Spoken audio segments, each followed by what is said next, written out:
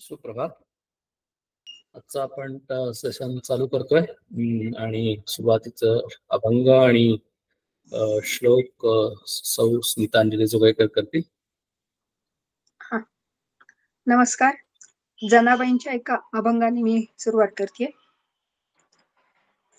जनी नामयाची रंगली कीर्तनी, जनी नामयाची रंगली कीर्तनी, तेथे चक्रपाणी धाव घेई, जनी नामयाची रंगली कीर्तनी.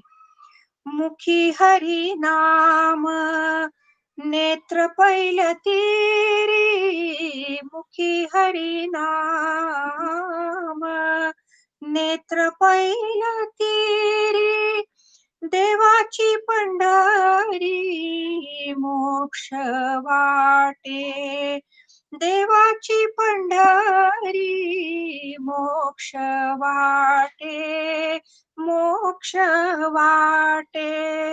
दळिता कांडिता वाहता कवडी, दळिता कांडिता वाहता कवडी, चिंतनात गोडी विठ्ठलाच्या, विठ्ठलाच्या, विठ्ठलाच्या. जनी नामयाची रंगली कीर्तनी. चक्र टाकुनी या, चक्र टाकुनी या, चक्र टाकुनी या, दळावे हरीने, चक्र टाकुनी या, दळावे हरीने, भक्तांचे देवाने दास भावे. जुळो असे नाते जळो गर्व हेवा, जुळो असे नाते जळो गर्व हेवा, तुझी आस देवा पांडुरंगा, पांडुरंगा, पांडुरंगा. जनी नामयाची रंगली कीर्तनी, जनी नामयाची रंगली कीर्तनी. गणेश शारदा चैव सद्गुरुः सज्जनस्तथा, आराध्य दैवतं गुह्यं सर्वमे रघुनन्दनः. गणेश शारदा सद्गुरु संत सज्जन कुळेश्वरू, सर्व हि माझा रघुवीरू सद्गुरु रूपे श्रीराम. माझे आराध्य दैवत परम गुह्य गुह्यातीत, गुह्यपणाची मात न चले जेथे श्रीराम. ब्रह्मानंदं परमसुखदं केवलं ज्ञानमूर्तिं, द्वन्द्वातीतं गगनसदृशं तत्त्वमस्यादिलक्ष्यम्. एकं नित्यं विमलमचलं सर्वधी साक्षिभूतं, भावातीतं त्रिगुणरहितं सद्गुरुं तन्नमामि. गुरुर्ब्रह्मा गुरुर्विष्णु गुरुर्देवो महेश्वरः, गुरुरेव परब्रह्म तस्मै श्री गुरवे नमः. अनेन प्रीयतां देवो भगवान् जानकीपतिः, श्रीरामचन्द्रः पूर्वेषाम् अस्माकं कुलदैवतम्. शुकासारिखे पूर्णवैराग्य जाचे, वसिष्ठा परिज्ञान योगेश्वराचे, कवी वाल्मिका सारिखा मान्य ऐसा. नमस्कार माझा सद्गुरु रामदासा, श्रोता वक्ता श्रीराम समर्थ. जय जय रघुवीर समर्थ. श्रीराम.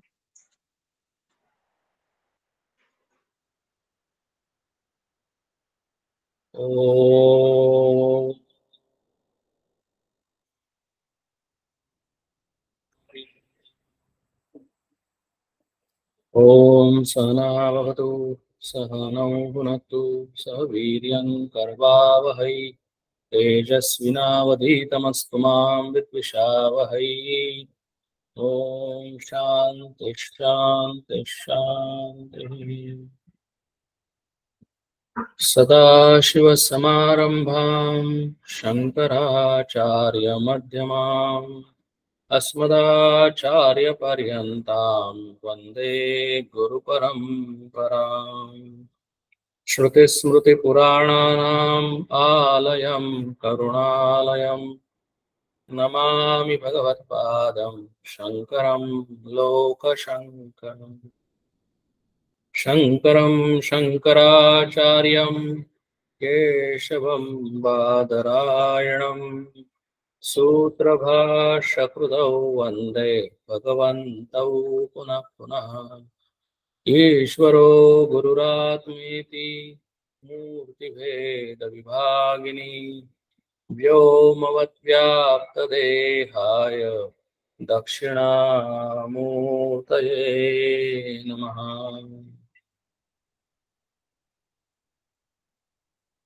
आज आपण नवीन दशकाला प्रारंभ करतोय। 9वा दशक, 8 दशक आपले अभ्यास करून झाले। आता इथून पुढचे जे दशक आहेत, समास आहेत, ते समर्थांचे जे सत्संग आहेत वेगवेगळ्या ठिकाणी झालेले, ते त्याचं कन्सॉलिडेशन किंवा समग्र रूपानं समर्थांनी ते दासबोधामध्ये इन्क्लूड केलेले आहेत। त्यामुळे ते तितकेच महत्वाचे आहेत, कारण साधकाच्या आयुष्यामध्ये ज्ञान घेणं, त्याच्यावर चिंतन करणं, मनन करणं, त्याचबरोबर साधना करणं आणि ते मी होणं हा एक भाग। पण ज्या वेळेला साधक हे सर्व करत असतो त्यावेळेला त्याला वेळोवेळी सत्संगाचा उपयोग होतो आणि सत्संगामध्ये त्याचा वेगवेगळे जे विचार सद्गुरूंच्याकडून जे आम्हाला मिळतात, वेगवेगळे विषय त्यांचा उहापोह जो केला जातो तो त्याचा साधनेला नक्कीच उपयोग होतो। आणि म्हणूनच इथून पुढचे समास हे तितकेच महत्वाचे आहेत। फक्त आमच्या मनामध्ये अशी एखादी शंका येऊ शकेल की अरे हे एकदम मध्येच हा विषय कसा आला, याच्यामध्ये या समासामध्ये किंवा या दशकामध्ये हा समास कशासाठी समर्थांनी इन्क्लूड केला असेल, असं एखाद्या वेळेस आम्हाला वाटण्याची शक्यता आहे, आमच्या मनामध्ये येण्याची शक्यता आहे। परंतु जर हे लक्षात ठेवलं की हे वेगवेगळ्या ठिकाणी वेगवेगळ्या वेळेला झालेले सत्संग आहेत आणि ते सत्संग समर्थांनी या दासबोधामध्ये इन्क्लूड केलेले आहेत आणि म्हणूनच ते अतिशय महत्वाचे आहेत। म्हणून आम्ही याची रिव्हिजन म्हणून, या समासांची, या दशकांची थोडीशी रिव्हिजन म्हणून याचा उपयोग करू शकतो। आणि म्हणूनच हे अपेक्षित आहे या समासाचा आपण ज्याला अभ्यास करतो त्यावेळेला पूर्वीचं सगळं आम्हाला आठवत आहे, पूर्वीचं सगळं आम्ही विचारात घेतलेलं आहे। पूर्वीचे सगळे समास आणि पूर्वीचे सगळे दशक आमच्या मनामध्ये, आमच्या बुद्धीमध्ये पूर्णपणे विराजमान झालेले आहेत। त्याप्रमाणे आमचं आचरण चालू आहे, त्याप्रमाणे आमची उपासना चालू आहे। याचाच अर्थ असा झाला की आमच्या सध्याच्या एक्झामिनेशन सिस्टीमच्या याच्यामध्ये किंवा जे टर्म्स म्हणतो आम्ही की त्या टर्म मध्ये तेवढ्या त्या सब्जेक्टचा अभ्यास झाला की ती टर्म संपले, ते सब्जेक्टही संपले, असं इथे होत नाही, अध्यात्मामध्ये होत नाही। जे काही आतापर्यंत आम्ही शिकलेलो आहे ते सर्व आमच्या मनामध्ये आहे, त्याचं चिंतन चालू आहे। आणि हे करत असतानाच आम्हाला हे जे आता जे इथून पुढचे समास येणार आहेत ते आम्हाला त्याच्यासाठी उपयोगी पडू शकतील, विचारासाठी, चिंतनासाठी उपयोगी पडू शकतील। या दृष्टिकोनातून आपण समास चालू करूया, दशक चालू करूया। मी शेअर करतो। हा जो दशक आहे, या दशकाचं वर्णन समर्थांनी गुणरूप अशा पद्धतीने केलेलं आहे। आणि पहिलाच समास या दशकातला, दशक 9वा, गुणरूप आशंका नाम असं हा समासाचं नाव आहे। आणि आशंका म्हणजे शंका, म्हणजे हा समर्थांनी हा जो समास जो केलेला आहे आपण आता पाहूया की अतिशय सुरेख प्रश्नोत्तराच्या ह्याच्यामधून माध्यमामधून समर्थांनी आम्हाला सांगण्याचा प्रयत्न केलेला आहे. आमचं जी शंका समाधान आहे ते त्याच्यावर समर्थांनी प्रकाश टाकलेला आहे. पण या वेळेला जर तुम्ही जर बघितलं तर समर्थांची जी शिकवण्याची जी पद्धत आहे थोडीशी आता बदललेली दिसते. कारण हा सुद्धा त्याच्यामध्ये समर्थांनी खूप उहापोह केलेला नाही, पण क्विक पॉइंटर्स दिलेले आहेत. म्हणजे जवळजवळ परब्रह्माबद्दल समर्थांनी 50 पॉइंटर्स त्याच्यामध्ये दिलेले आहेत. त्याच्यामध्ये जास्त उहापोह केलेला नाही. रॅपिड फायर क्वेश्चन जसं म्हणतात तशा पद्धतीचा हा समास आहे. आपण पाहूया. समास पहिला, आशंका नाम श्रीराम. निराकार म्हणजे काय? निराधार म्हणजे काय? निर्विकल्प म्हणजे काय? निरोप पावे श्रीराम.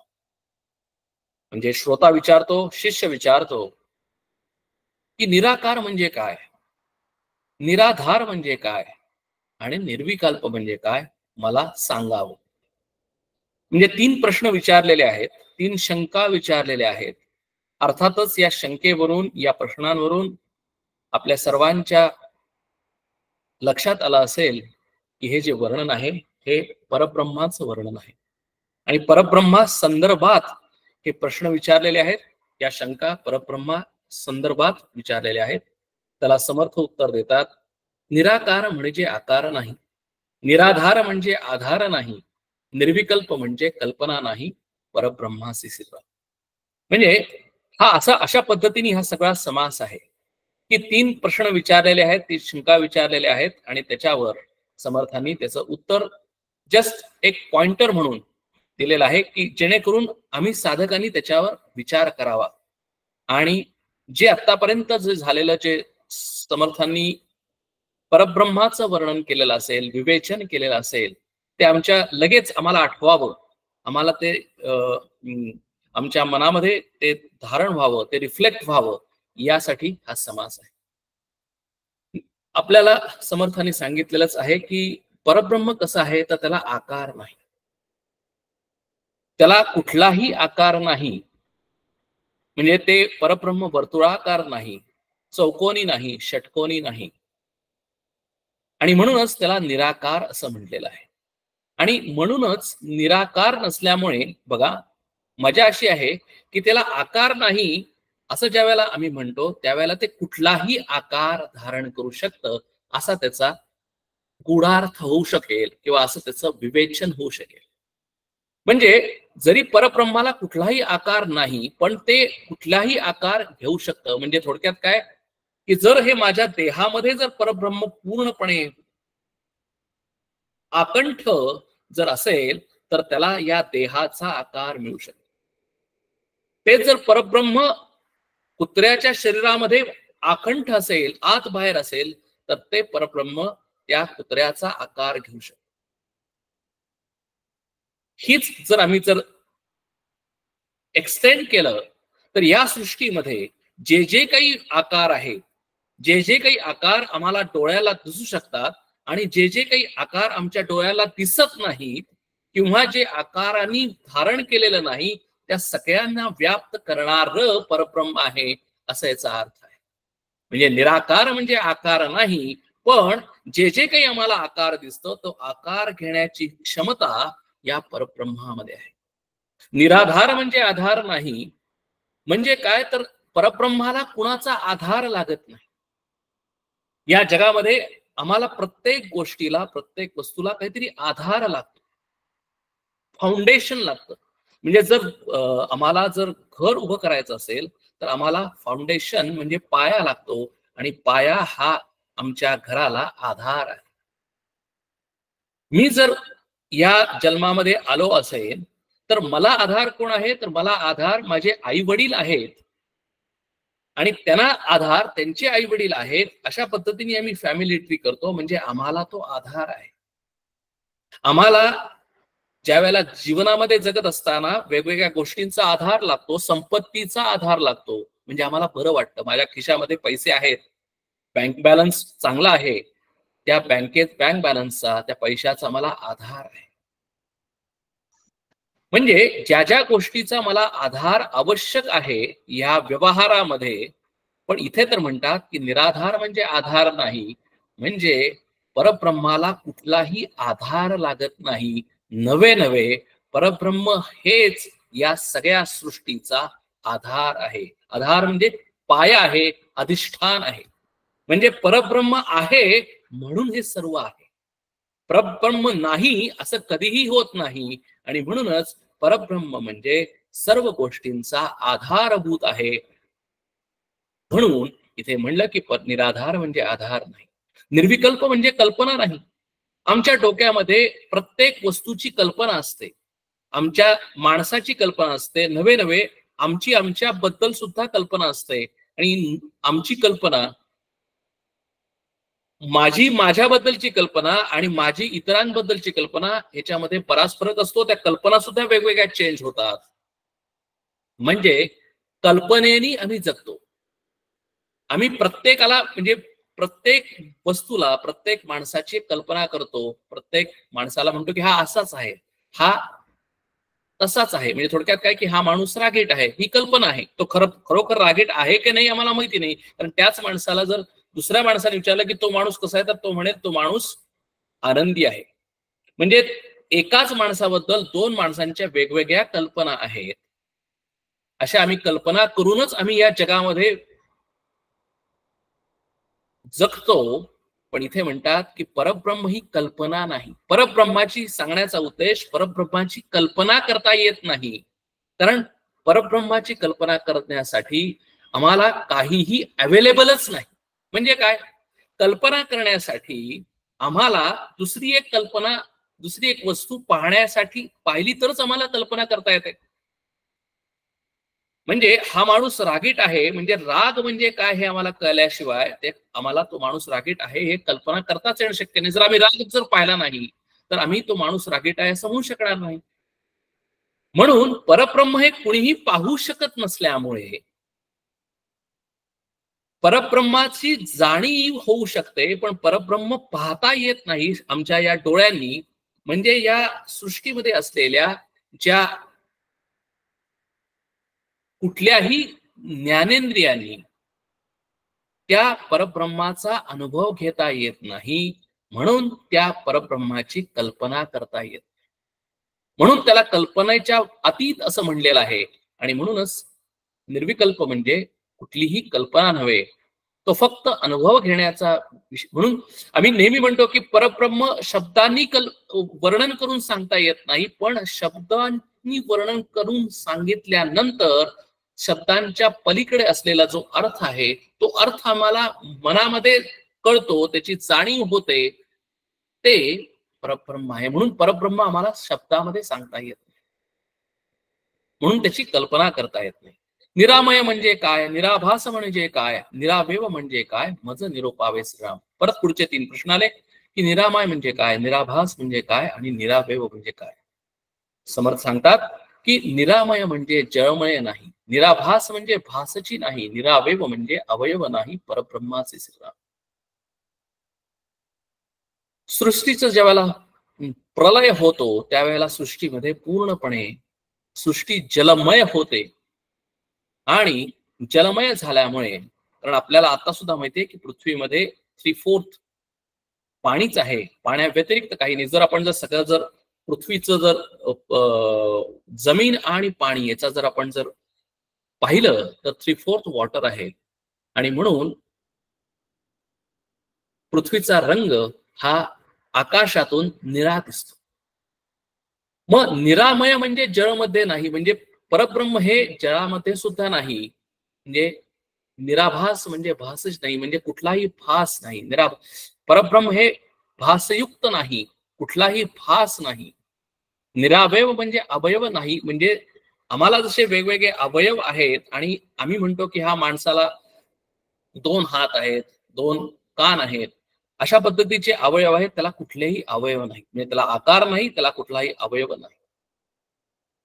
निप्रपंच म्हणजे काय, निकळंक म्हणजे काय, निरोपाधी म्हणजे काय, मज निरोपावे श्रीराम. प्रश्न विचारले पुढचे 3.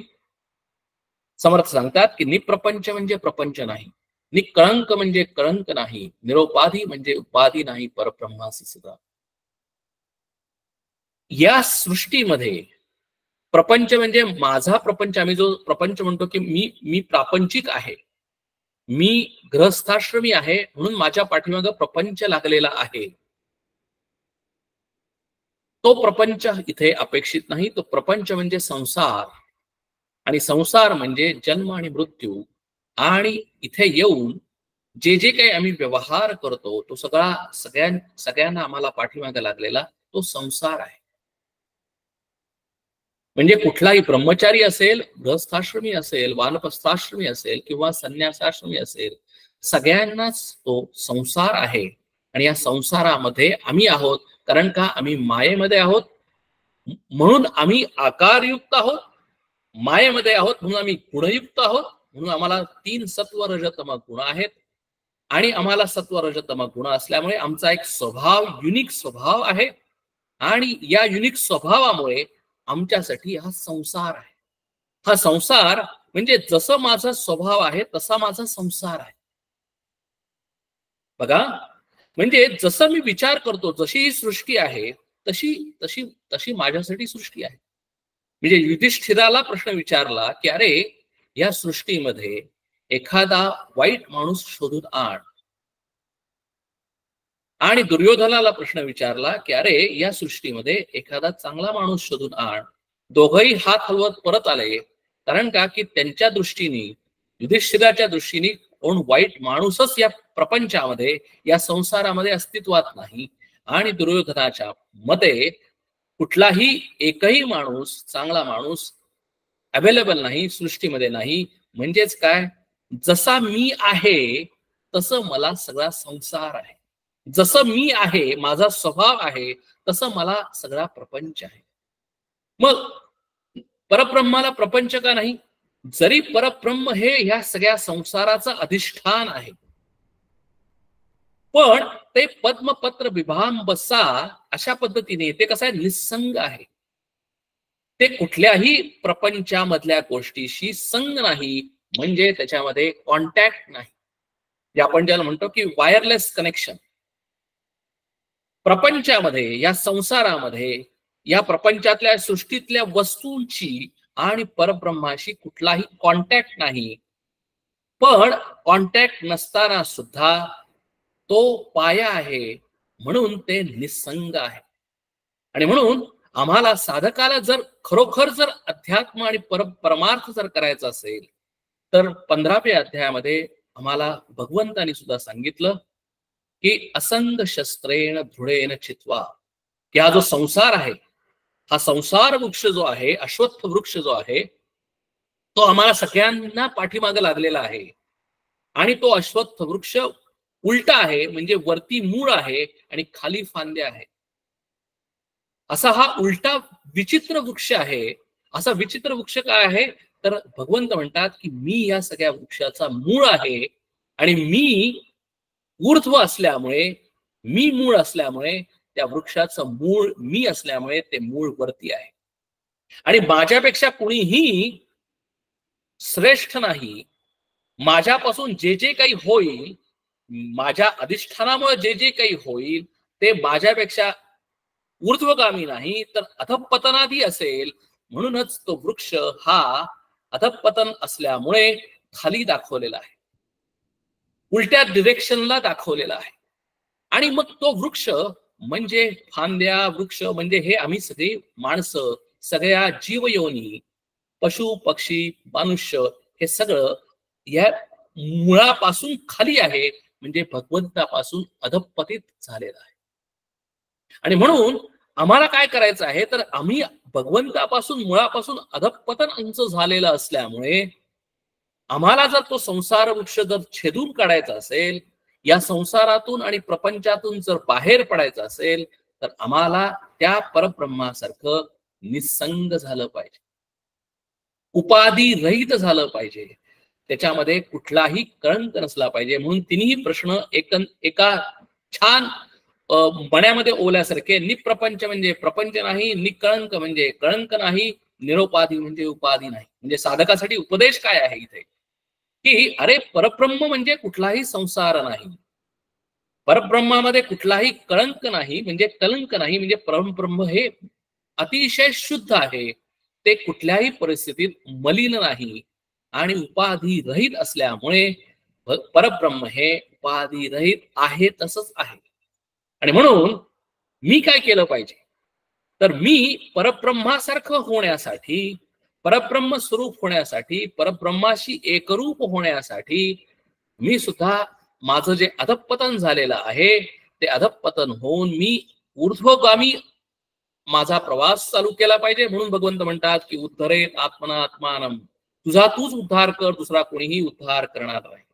मी काय केलं पाहिजे, तर माझं जे मलिनता आहे, माझ्या अंतःकरणामध्ये असलेली मलिनता आहे, काम क्रोध मद मोह मत्सर ही जी अंतःकरणामध्ये असलेली मलिनता आहे ती मी कमी कमी कमी कमी करण्याचा प्रयत्न केला पाहिजे.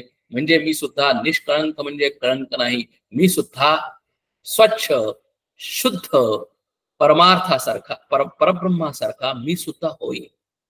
आणि मी आज जो उपाधीमध्ये अडकलेलो आहे, जसं परब्रह्म उपाधीमध्येच आहे बघा, परब्रह्म उपाधीमध्ये आहे म्हणजे काय, तर परब्रह्माला कुठलाही आकार घेत असल्यामुळे सर्व सृष्टीमध्ये जे जे काही आम्हाला दिसतं, जे आकारयुक्त दिसतं, ते सुद्धा परब्रह्म स्वरूपच आहे. म्हणूनच म्हणलेलं आहे की अहम ब्रह्मास्मी सर्वम कल्विदम ब्रह्म. पण वेगवेगळ्या उपाधीमध्ये सरी ब्रह्म अनुस्यूत असलं, परब्रह्मचा अनुभव आम्हाला प्रत्येक उपाधीमध्ये येत असला, नवे नवे प्रत्येक उपाधीला परब्रह्माचा अधिष्ठान आणि आधार पाया आहे असं जरी असेल तरी सुद्धा परब्रह्म हे उपाधीमध्ये कधीही लिप्त झालेलं नाही. परब्रह्म हे उपाधीपासून निसंग आहे.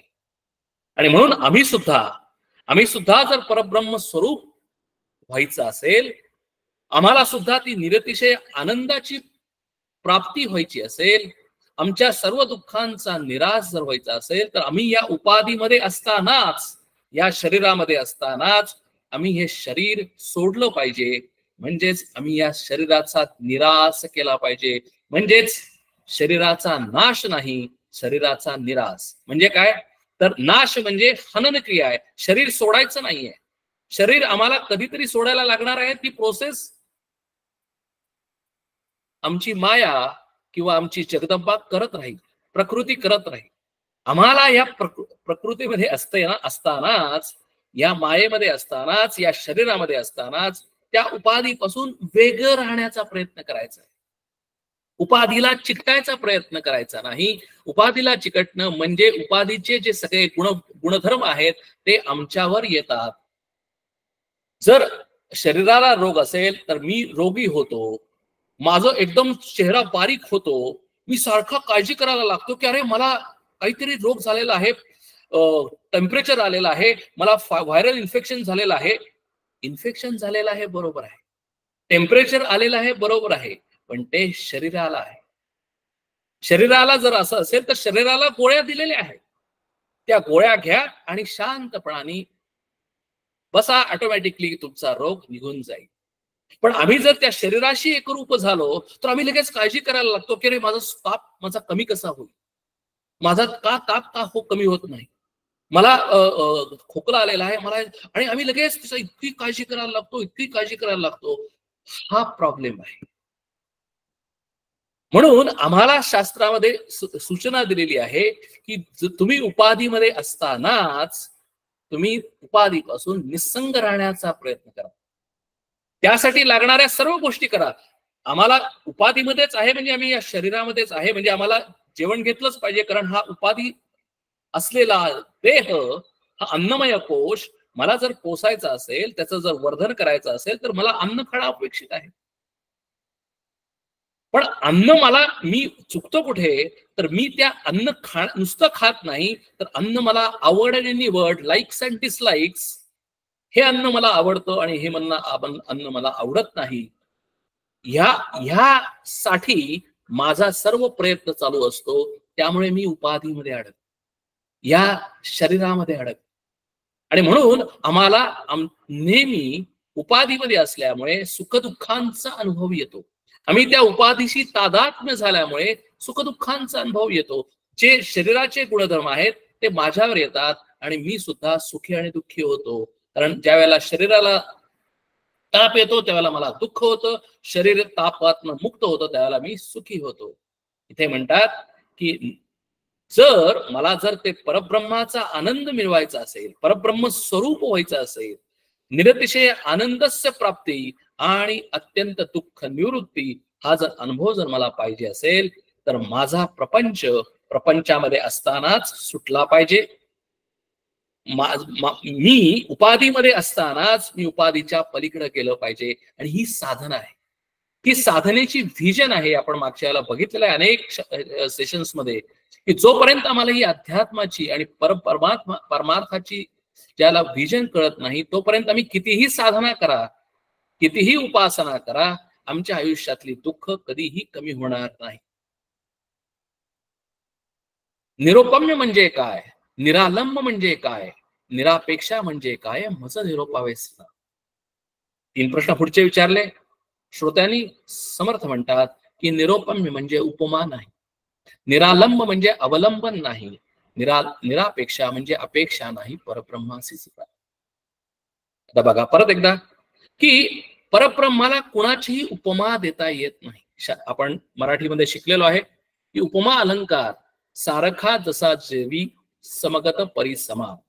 म्हणजे हा याच्या सारखा आहे असं ज्याला म्हणतो त्यावेळेला आम्ही काय करतो की उपमा देतो. म्हणजे आम्ही काय म्हणतो की या मुलीचे डोळे कमळासारखे आहेत. म्हणजे काय, ते आम्ही कमळाची उपमा त्या मुलीच्या डोळ्यांना दिली. याच्यासाठी काय झालं की उपमा देण्यासाठी आम्हाला 2 गोष्टी लागतात. इथे त्या मुलीचे डोळे आणि कमळ या 2 गोष्टी झाल्यामुळे आम्ही त्या एक गोष्टीची दुसऱ्या गोष्टीला उपमा देता येतो, आम्ही देतो. आमचा व्यवहारातला अनुभव आहे. पण परब्रह्म एकच असल्यामुळे, संबंध सृष्टीमध्ये एकच परब्रह्म असल्यामुळे, परब्रह्म सोडून काहीही नसल्यामुळे आम्हाला परब्रह्माला कुठलीही उपमा देता येत नाही. म्हणून निरोपम्य म्हणजे उपमा नाही, ते एकमेव अद्वितीय आहे.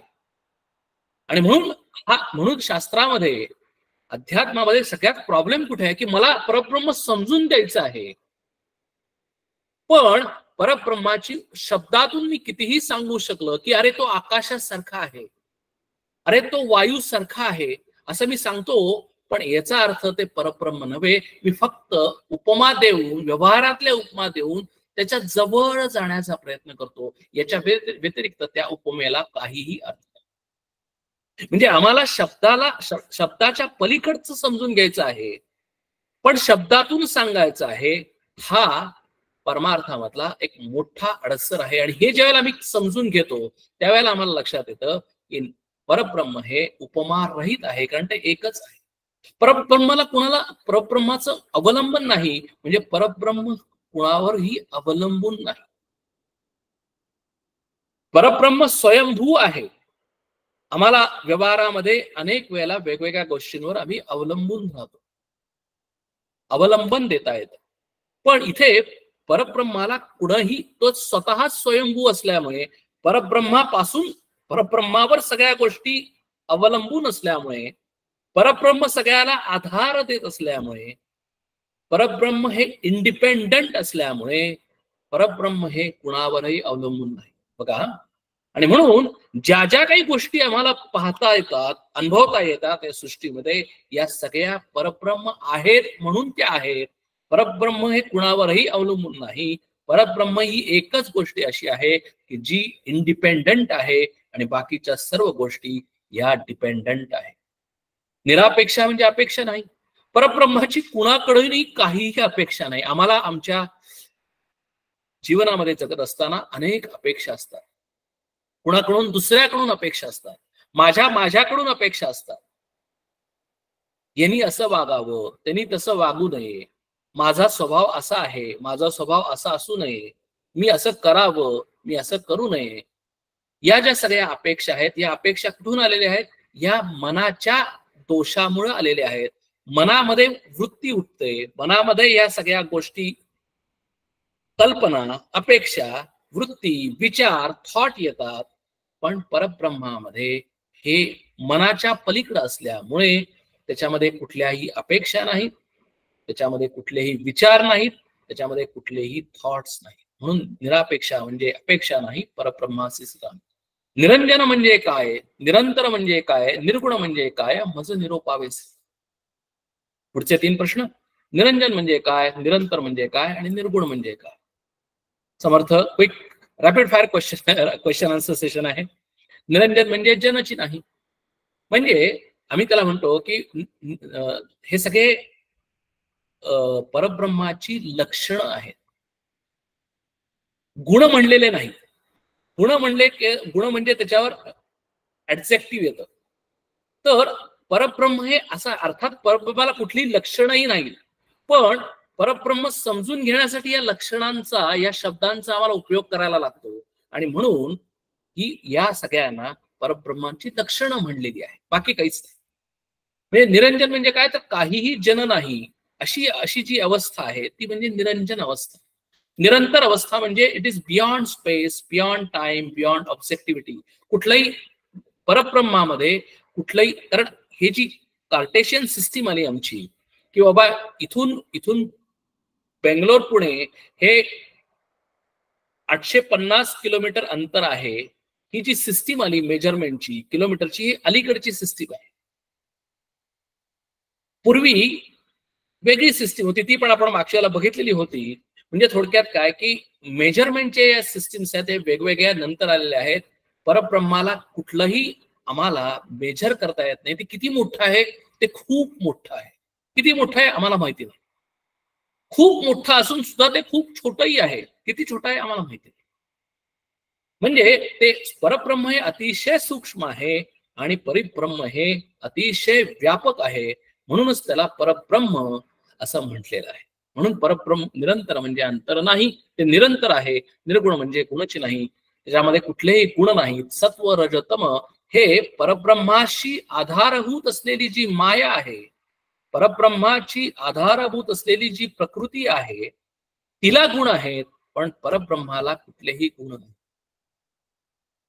म्हणजे मला गुण आहेत, माझ्या शरीराला गुण आहेत, माझ्या मनाला गुण आहेत, कारण हे शरीर आणि मन हे या प्रकृतीमध्ये आहे, या मायेमध्ये आहे. म्हणून मला जे परब्रह्म जे माझ्या आतच आहे, जो आत्मा जो माझ्या आतच आहे, त्याला कुठलाही गुणरहित आहे, त्याला कुठलेही गुण नाहीत.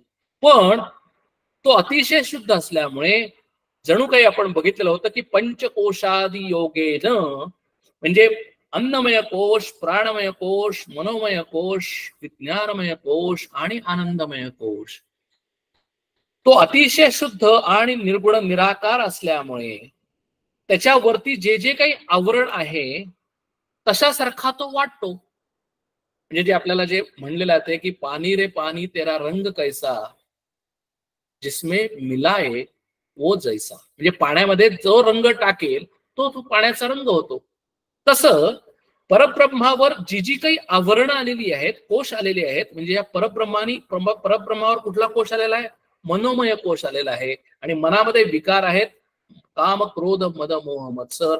म्हणून ते सगळे विकार आम्हाला परब्रह्मामध्ये आहे असं वाटतं. म्हणजे आम्ही तो परब्रह्मावर आरोप करतो की परब्रह्म सुद्धा काम, क्रोध, मद, मोह, मत्सर आदी विकारांनी युक्त आहे. हा आम्ही केलेला आरोप आहे. तसंच या शरीराच्या अनुषंगाने आम्ही परब्रह्मावर अनेक आरोप करतो की शरीर तरुण आहे, शरीर बाल्यावस्थेमध्ये आहे, शरीर आता वृद्धावस्थेमध्ये आहे. म्हणजे शरीराच्या अनुषंगाने आम्ही त्या परब्रह्मावर आरोप करतो. पण तसं पाहायला गेलं तर परब्रह्मामध्ये काहीही गुण नाही, ते निर्गुण आहे. ते निसंग म्हणजे काय, निर्मळ म्हणजे काय, निश्चळ म्हणजे काय, मज निरोपावे श्रीराम. निसंग म्हणजे संगची नाही, निर्मळ म्हणजे मळची नाही, निश्चय म्हणजे चळ नाही, परब्रह्माची श्रीराम. आपण हा विषय आता मगाशीच बघितला की परब्रह्म निसंग आहे.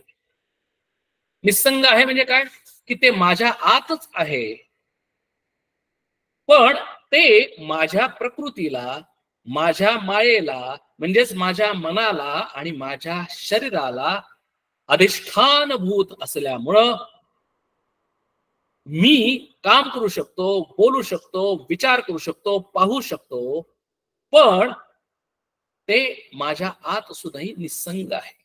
आणि म्हणूनच माझ्यामध्ये असलेलं आत्मस्वरूप आणि तुमच्या सगळ्यांच्या मध्ये असलेलं आत्मस्वरूप हे एकच आहे, कारण ते आपल्या सगळ्यांच्या शरीरामध्ये आत निसंग रूपानं एकच आहे आणि ते तसं आहे. ते त्याच्या अवस्थेमध्ये आहे. फक्त आमच्या सगळ्यांची मन वेगळी आहेत, आमच्या सगळ्यांची शरीर वेगळी आहेत, म्हणून आम्ही वेगवेगळे आहोत. पण म्हणजे शरीराच्या अनुषंगाने, मनाच्या अनुषंगाने आम्ही विविध आहोत, आम्ही वेगवेगळे आहोत, पण आम्ही त्या आत असलेल्या परब्रह्माच्या अनुषंगाने आम्ही एकच आहोत. कारण का? की ते निसंग आहे. म्हणून हा त्याचा लक्षण आहे. आणि म्हणून जर आम्हाला जर ते स्वरूप व्हायचं असेल, बघा हे सगळं कशासाठी सांगितलं समर्थांनी? पेपर सोडवण्यासाठी नाही, मार्क मिळवण्यासाठी नाही, कारण लगेच पेपर परीक्षेमध्ये मार्क येतील, प्रश्न येईल की ह्या 9व्या दशकामध्ये पहिल्या समासामध्ये किती वेगवेगळ्या स्वरूपांनी परब्रह्माचं लक्षणं काय सांगितलेली आहेत. मार्क 10. मार्क मिळवण्यासाठी समर्थांनी हे सांगितलेलं नाही. समर्थांनी ही लक्षणं ह्याच्यासाठी सांगितली आहेत की आम्हाला सुद्धा त्या परब्रह्मासारखं व्हावं लागेल. ही साधन आहे, ही परमार्थाची व्हिजन आहे. कारण जोपर्यंत आम्ही त्याच्यासाठी प्रयत्न करत नाही, तो जसा आहे तसा मी होत नाही, तोपर्यंत माझ्या आयुष्यामध्ये, जीवनामध्ये काहीही चेंज होणार नाही. माझ्या जर आयुष्यामध्ये जर मला आनंदी व्हायचं असेल, माझ्या आयुष्यामध्ये जर मला शांतता हवी असेल, तर मला प्रयत्नपूर्वक हे सगळे लक्षणं माझ्यामध्ये बाणवली पाहिजे. म्हणजे काय? तर मी सुद्धा साक्षी भावासारखा राहायला पाहिजे. म्हणजे काय? जीवनामध्ये जगत असताना मी शरीराशी संग करता कामा नये, मी माझ्या मनाशी तादात्म्य होता कामा नये. मी मनापासून वेगळा आहे, मी शरीरापासून वेगळा आहे, मी निसंग आहे. मी निर्मळ राहण्याचा प्रयत्न केला पाहिजे. म्हणजे माझ्या मनामध्ये काम, क्रोध, मद, मोह, मत्सर, चिंता, काळजी, एन्झायटी, इन्सिक्युरिटी हे सगळं येणार नाही, यासाठी मी प्रयत्न केला पाहिजे. निश्चळ म्हणजे चरण नाही, म्हणजे मी सर्व प्रसंगांमध्ये जसं परब्रह्म निश्चळ आहे, मला माझ्या आयुष्यामध्ये संकट येतात, माझ्या आयुष्यामध्ये सुखाचे आणि दुःखाचे प्रसंग येतात, आणि मी आणि सुखी आणि दुःखी होतो. त्या परब्रह्माला त्याचं काहीही सोयरसुतक नाही. परब्रह्म आहे तसंच आत निश्चळ आहे. मग सुखी दुःखी कोण होतं? अहो, माझं मन सुखी दुःखी होतं. कुणाला रोग येतात? माझ्या शरीराला रोग येतात. जसं नाटक दीपवत, नाटकातला जो दिवा असतो तो दिवा निश्चळ असतो. खाली नाटक सर्व प्रकारचं चाललेलं असतं. ते नाटक रोमॅन्टिक आहे का, ते नाटक थ्रिलर आहे का, भीतीदायक आहे, त्या नाटकातल्या दिव्याला काहीही सोयरसुतक नाही. तो फक्त त्याचं काम आहे की नाटक चालू राहण्यासाठी. बघा, दिवा नसेल तर नाटक होऊ शकत नाही. आणि म्हणून दिवा हा अधिष्ठान असल्यामुळे त्या दिव्याच्या प्रकाशामध्ये सगळं नाटक होतं. पण दिव्यामध्ये कुठलाही चळ नाही, चेंज नाही. दिवा एकच कॉन्स्टंट आहे. तसंच आमच्या सूर्याचं पण आहे. सूर्याच्या प्रकाशामध्ये हे सगळं सृष्टीचं नाटक चालू आहे. सकाळी सूर्य उगवल्यानंतर माझं आयुष्याचं नाटक चालू होतं, तुमच्या आयुष्याची नाटकं चालू होतात, युद्ध चालू होतात, वेगवेगळं सर्व काहीच चाललेलं असतं. पण सूर्याच्या प्रकाशामध्ये सूर्य आहे तसाच आहे, आहे तिथंच आहे, निश्चल आहे, त्याच्यामध्ये काहीही बदल होत नाही. तसंच आम्ही व्हावं यासाठी हा समाज आम्हाला दिलेला आहे. निश्चय म्हणजे चरण नाही, परब्रह्मासी श्रीराम. आता बघा, आकाशामध्ये वायू असतो. ही सगळी उदाहरणं आपण बघितलेली आहेत. आकाश हे कधीही, आकाशाला चरण नाही, आकाश स्थिर आहे, कारण आकाश कधीही हलत नाही. हलतं काय? आकाशामध्ये असलेला वारा हलतो. आणि जर वारा जर हलत नसेल तर वारा आणि आकाश हे एकच आहेत असं वाटतं. ज्या वेळेला वारा हलायला लागतो त्यावेळेला आम्हाला आकाश आणि वारा हे दोन वेगवेगळे आहेत असं कळतं. तसंच इथे आहे की जर मेडिटेशन मध्ये जर निश्चल झालो, माझं शरीर निश्चल आहे, माझं मन निश्चल आहे, मनामध्ये कुठलेही विकार नाहीत, कुठल्या नाहीत, कुठलेही थॉट्स नाहीत. माझं शरीर ज्ञानेंद्रिय म्हणजे माझे डोळे बंद आहेत, कान बंद आहेत, म्हणजे मी शरीराने कुठलाही चलनवळण नाही, हालचाल नाही. त्याच वेळेला मला ते परब्रह्म निश्चल म्हणजे काय हे कळू शकेल. म्हणून निश्चल म्हणजे क्षण नाही, परब्रह्मासी श्रीराम. निशब्द म्हणजे काय, निर्दोष म्हणजे काय, निवृत्ती म्हणजे काय, मज निरोपावेस्त.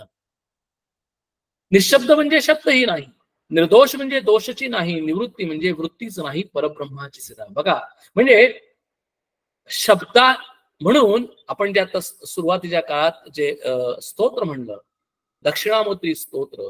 दक्षिणामूर्ती हे ज्ञानाची देवता आहेत आणि दक्षिणामूर्ती ज्ञान देताना शब्दातून ज्ञान देत नाहीत, तर ते मौनातून ज्ञान देत.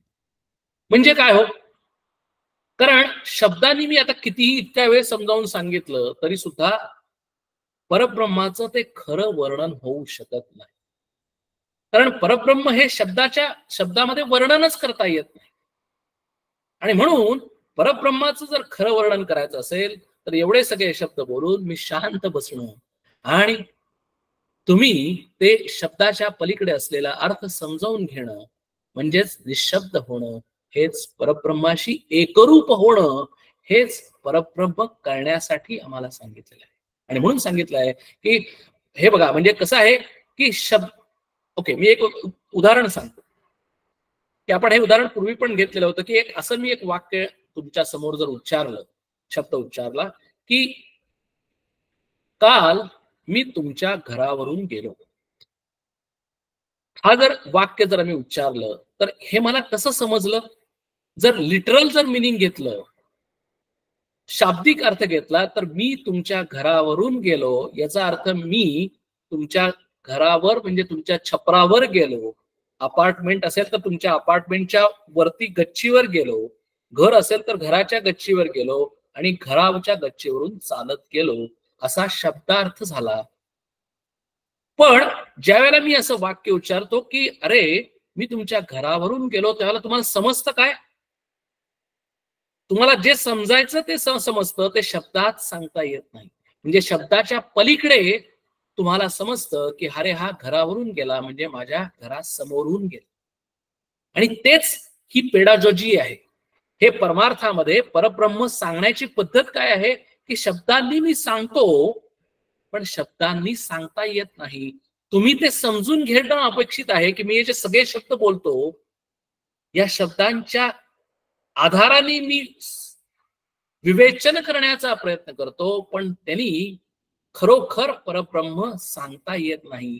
पण त्याच्या अनुषंगाने, त्या शब्दाच्या अनुषंगाने तुम्हाला ते परब्रह्म कळतं, समजतं. म्हणून निशब्द म्हणजे शब्दाची नाही, निर्दोष म्हणजे दोषही नाही, त्याच्यामध्ये कुठलाही दोष नाही, ते निर्दोष आहे. निवृत्ती म्हणजे वृत्तीच नाही. वृत्ती किंवा थॉट्स किंवा विचार हा मनाचा स्वभाव आहे आणि मनाला मनपण देणं हे परब्रह्माचं काम असल्यामुळे, मनाच्या पाठीमागं परब्रह्म असल्यामुळे परब्रह्मामध्ये कुठलीही वृत्ती नाही. आम्हाला मनामध्ये वृत्ती उठल्या, मनामध्ये थॉट्स आले, मनामध्ये विचार आले की आम्हाला वाटतं की जणू काही ते परब्रह्माचेच विचार आहेत. पण परब्रह्म निसंग राहून त्या मनाला मनपण देतं, निसंग राहून त्या मनाला अधिष्ठान देतं, निसंग राहून त्या मनाला काम करण्यासाठी प्रोत्साहित करतं. जसा सूर्य आहे, सूर्य काहीही निसंग पद्धतीने, आता सूर्याचे किरण माझ्या अंगावर जर समजा पडले तर सूर्याच्या किरणामध्ये काय बदल होतो का, काही बदल होत नाही. तसं परब्रह्मामध्ये कुठलीही वृत्ती नाही, पण परब्रह्मामुळे मला वृत्ती प्राप्त होते, म्हणजेच माझ्या मनामध्ये वृत्ती निर्माण होते आणि मी विचार करू शकतो, मी काम करू शकतो, व्यवहारामध्ये मी वागू शकतो. निकाम म्हणजे काय, निर्लेप म्हणजे काय, निकर्म म्हणजे काय, मज निरोपावे श्रीराम. निकाम म्हणजे कामची नाही, निर्लेप म्हणजे लेपची नाही, निकर्म म्हणजे कर्मची नाही, परब्रह्मासी श्रीराम. आता परत एकदा, निकाम म्हणजे कामची नाही, कामची नाही म्हणजे कामना. परब्रह्मामध्ये कुठल्याही कामना नाही. मग कामना कुणामध्ये आहेत, तर त्या आमच्या मनामध्ये आहेत. मनाला कोण अधिष्ठान आहे, परब्रह्म आहे. पण परब्रह्माच्या दृष्टीनं ते निष्काम आहे, ते निर्लेप आहे, म्हणजे ते कुणाशीही लेप म्हणजे तादात्म्य होत नाही. निष्कर्म म्हणजे कर्म. परब्रह्म बाय डेफिनेशन कुठलंही कर्म करत नाही, पण परब्रह्मामुळे मी कर्म करताना दिसतो. हे ज्याला कळलं त्याला परब्रह्म कळलं. म्हणजे परब्रह्म माझ्या आत आहे, माझ्या मनाला त्यांनी काय केलं, प्रोत्साहन दिलं किंवा ट्रिगर ऑफ केलं, आणि माझ्या मनाने माझ्या शरीराला ट्रिगर ऑफ केलं, आणि म्हणून मी कर्म करायला लागलो, माझे हात पाय कर्म करायला.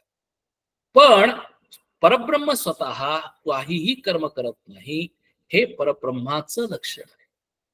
अनाम्य म्हणजे काय, अजन्मा म्हणजे काय, अप्रत्यक्ष म्हणजे काय, मज निरोपावे श्रीराम. अनाम्य म्हणजे नामची नाही, अजन्मा म्हणजे जन्मची नाही, अप्रत्यक्ष म्हणजे प्रत्यक्ष नाही, परब्रह्म ते श्रीराम. अनाम्य म्हणजे नामची नाही, परब्रह्माला खरं कुठलंही नाम नाही. म्हणजे हे आता परब्रह्म हे आम्ही नाम त्याला दिलेलं आहे म्हणून दिलेलं आहे. आत्मा हे नाम आम्ही त्याला दिलेलं आहे म्हणून दिलेलं आहे, आम्हाला ते कळावं म्हणून दिलेलं आहे. पण परब्रह्माचं नामकरण विधी करण्यासाठी कुणीही अस्तित्वात नव्हतं, कारण परब्रह्माचा जन्मच झालेला नाही. तो अजन्मा असल्यामुळे त्याला नामही नाही, त्याला जन्मही नाही. आणि अप्रत्यक्ष म्हणजे प्रत्यक्ष नाही. म्हणजे काय, तर आम्ही काय म्हणतो की मी प्रत्यक्ष बघितलेलं आहे. तर प्रत्यक्ष हे विधान हे माझ्या डोळ्याच्या संदर्भात केलं जातं. मी स्वतःच्या कानाने ऐकलेलं आहे, मी स्वतःच्या डोळ्यांनी पाहिलेलं आहे, माझा हा प्रत्यक्ष अनुभव आहे. पण परब्रह्माचा अनुभव हा ज्ञानेंद्रियाच्या साह्याने घेता येत नाही, तो अतिंद्रिय अनुभव आहे, म्हणून तो प्रत्यक्ष नाही. त्याला अप्रत्यक्ष म्हणजे अपरोक्षानुभूती असा संस्कृतमध्ये शब्द वापरलेला आहे. अगणित म्हणजे काय, अकर्तव्य म्हणजे काय, अक्षय म्हणजे काय, मज निरोप आवेशराम. अगणित म्हणजे गणित नाही, अकर्तव्य म्हणजे कर्तव्यता नाही, अक्षय म्हणजे क्षयची नाही, परब्रह्म असं. गणित याचा अर्थ की ज्याची गणना करता येते तो, म्हणजे ज्याला मेजर करता येतं ते. म्हणजे आम्ही पृथ्वीचं जर हे केलं, पृथ्वीचा डायमीटर किती आहे आम्हाला मेजर करता येतो. बरं आमच्या सूर्याचा डायमीटर किती आहे आम्हाला मेजर करता येतो. पण आमच्या त्या आकाशगंगेचा म्हणजे सूर्याची जी आकाशगंगा आहे ती किती मोठी आहे ती सुद्धा आम्हाला मेजर करता येते. पण अहो अशा अनेक आकाशगंगा सूर्यासारख्या या सृष्टीमध्ये आहेत, आणि अशा सगळ्या जरी ब्रह्मांड जर आम्ही एकत्र केलं ते ब्रह्मांड सुद्धा परब्रह्माच्या एका दशांगुले उरला असं म्हटलेलं आहे. म्हणजे सहस्त्र शीर्षा पुरुष सहस्त्राक्ष सहस्त्रपाद, म्हणजे असं तो आहे. म्हणजे कसं आहे की हे सगळं करून म्हणजे अशी अनेक ब्रह्मांड आहेत, आणि अशी अनेक ब्रह्मांड जी आम्हाला अजून सायन्सला दिसलेली सुद्धा नाही, जे दिसतंय आणि जे दिसत नाही, अशी जी अनेक अनगणित ब्रह्मांड आहेत ती आम्हाला मेजर करता येतात. आणि त्याच्या पलीकडे तो आहे, म्हणजे तो गणितामध्ये मेजरेबल क्वांटिटीमध्ये आम्हाला मांडता येत नाही, म्हणजे तो अगणित आहे.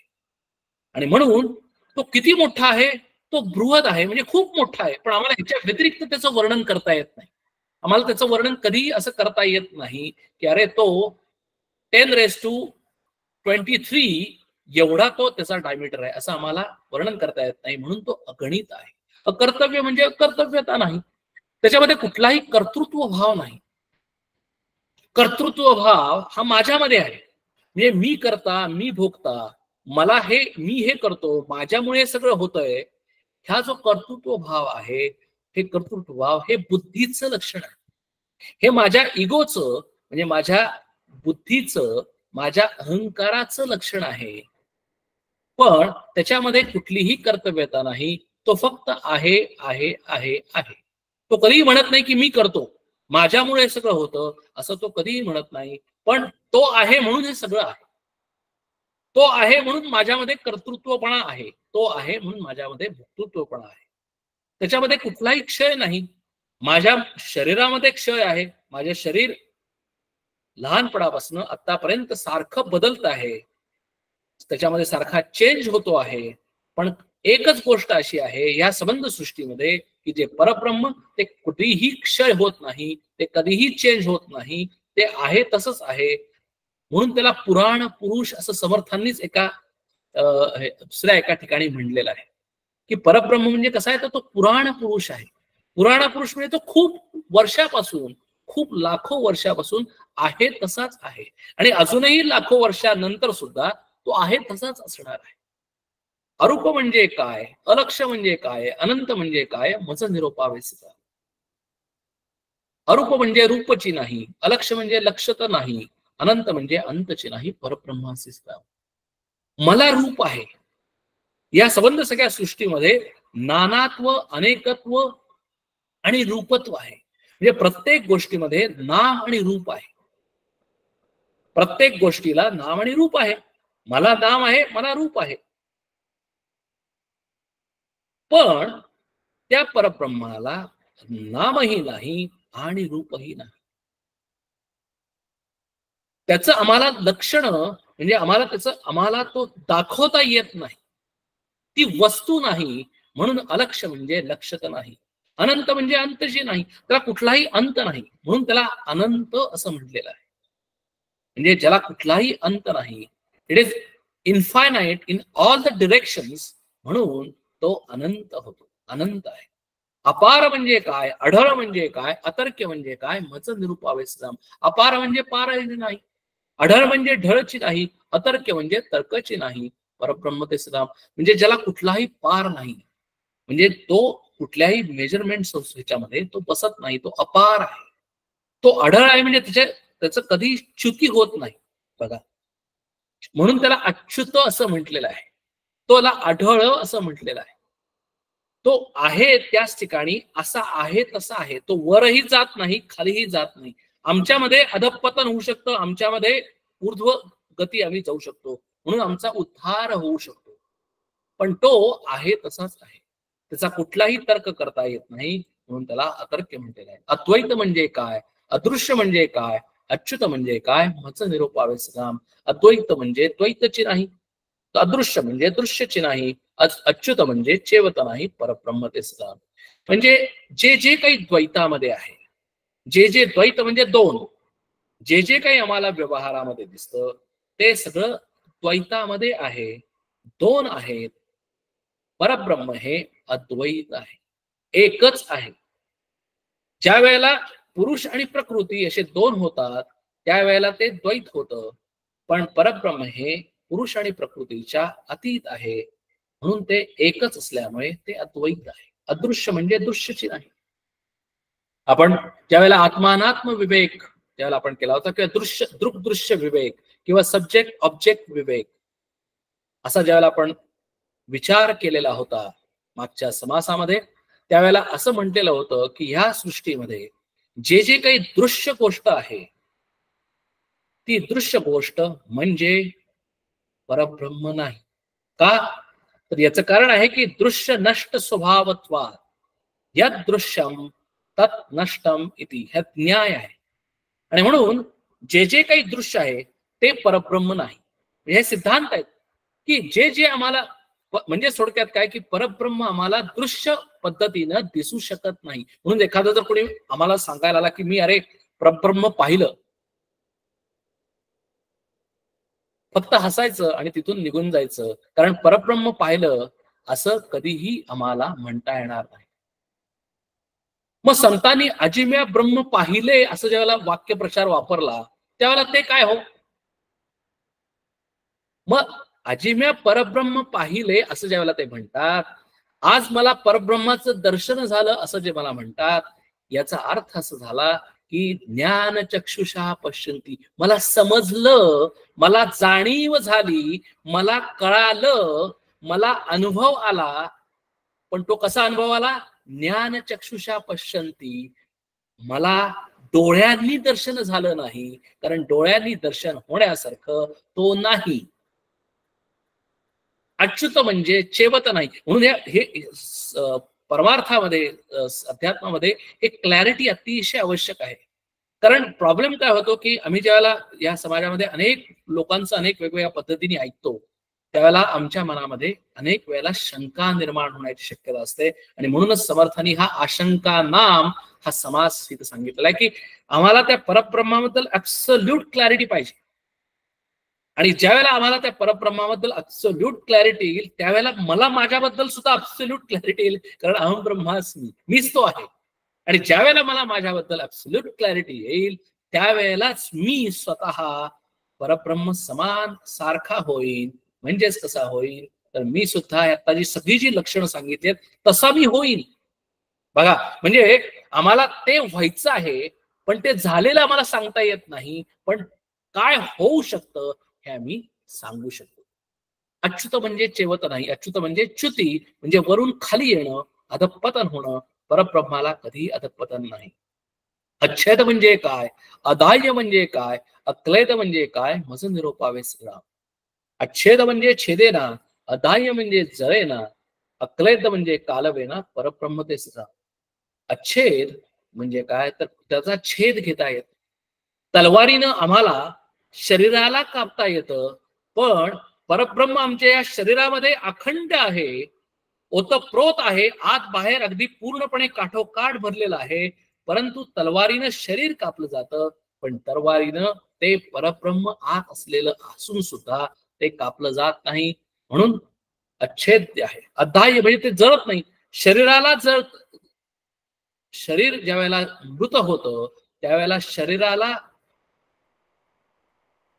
आम्ही जाळू शकतो शेवटचा विधी आमच्या संस्कृतीमधला की अंत्यविधी जो म्हणतात तो या शरीराचा मृत्यू झाल्यानंतर शरीराला जाळू शकतो पण शरीराला जायला जातं पण त्यावेळेला परब्रह्म जळलं जात नाही अक्लेद्य म्हणजे कालवेना म्हणजे ते सगळ्या ह्याच्यामध्ये असेल तरी सुद्धा ते शरीरामध्ये जरी असेल तरी ते शरीरामध्ये असून सुद्धा ते शरीरापासून वेगळं आहे म्हणून ते परब्रह्म आहे परब्रह्म म्हणजे सगळा परते तयास पाहता आपणाची ते हे कळे अनुभव मध्ये सद्गुरु केली म्हणून समर्थाने सगळं सांगितलं हे आमच्यासाठी सांगितलं अतिशय माऊली म्हणून अतिशय प्रेमाने समर्थाने आम्हाला सगळा समाज सांगितला समर्थाने या समाजाचा कशासाठी सांगितला तर ते परब्रह्म काय आहे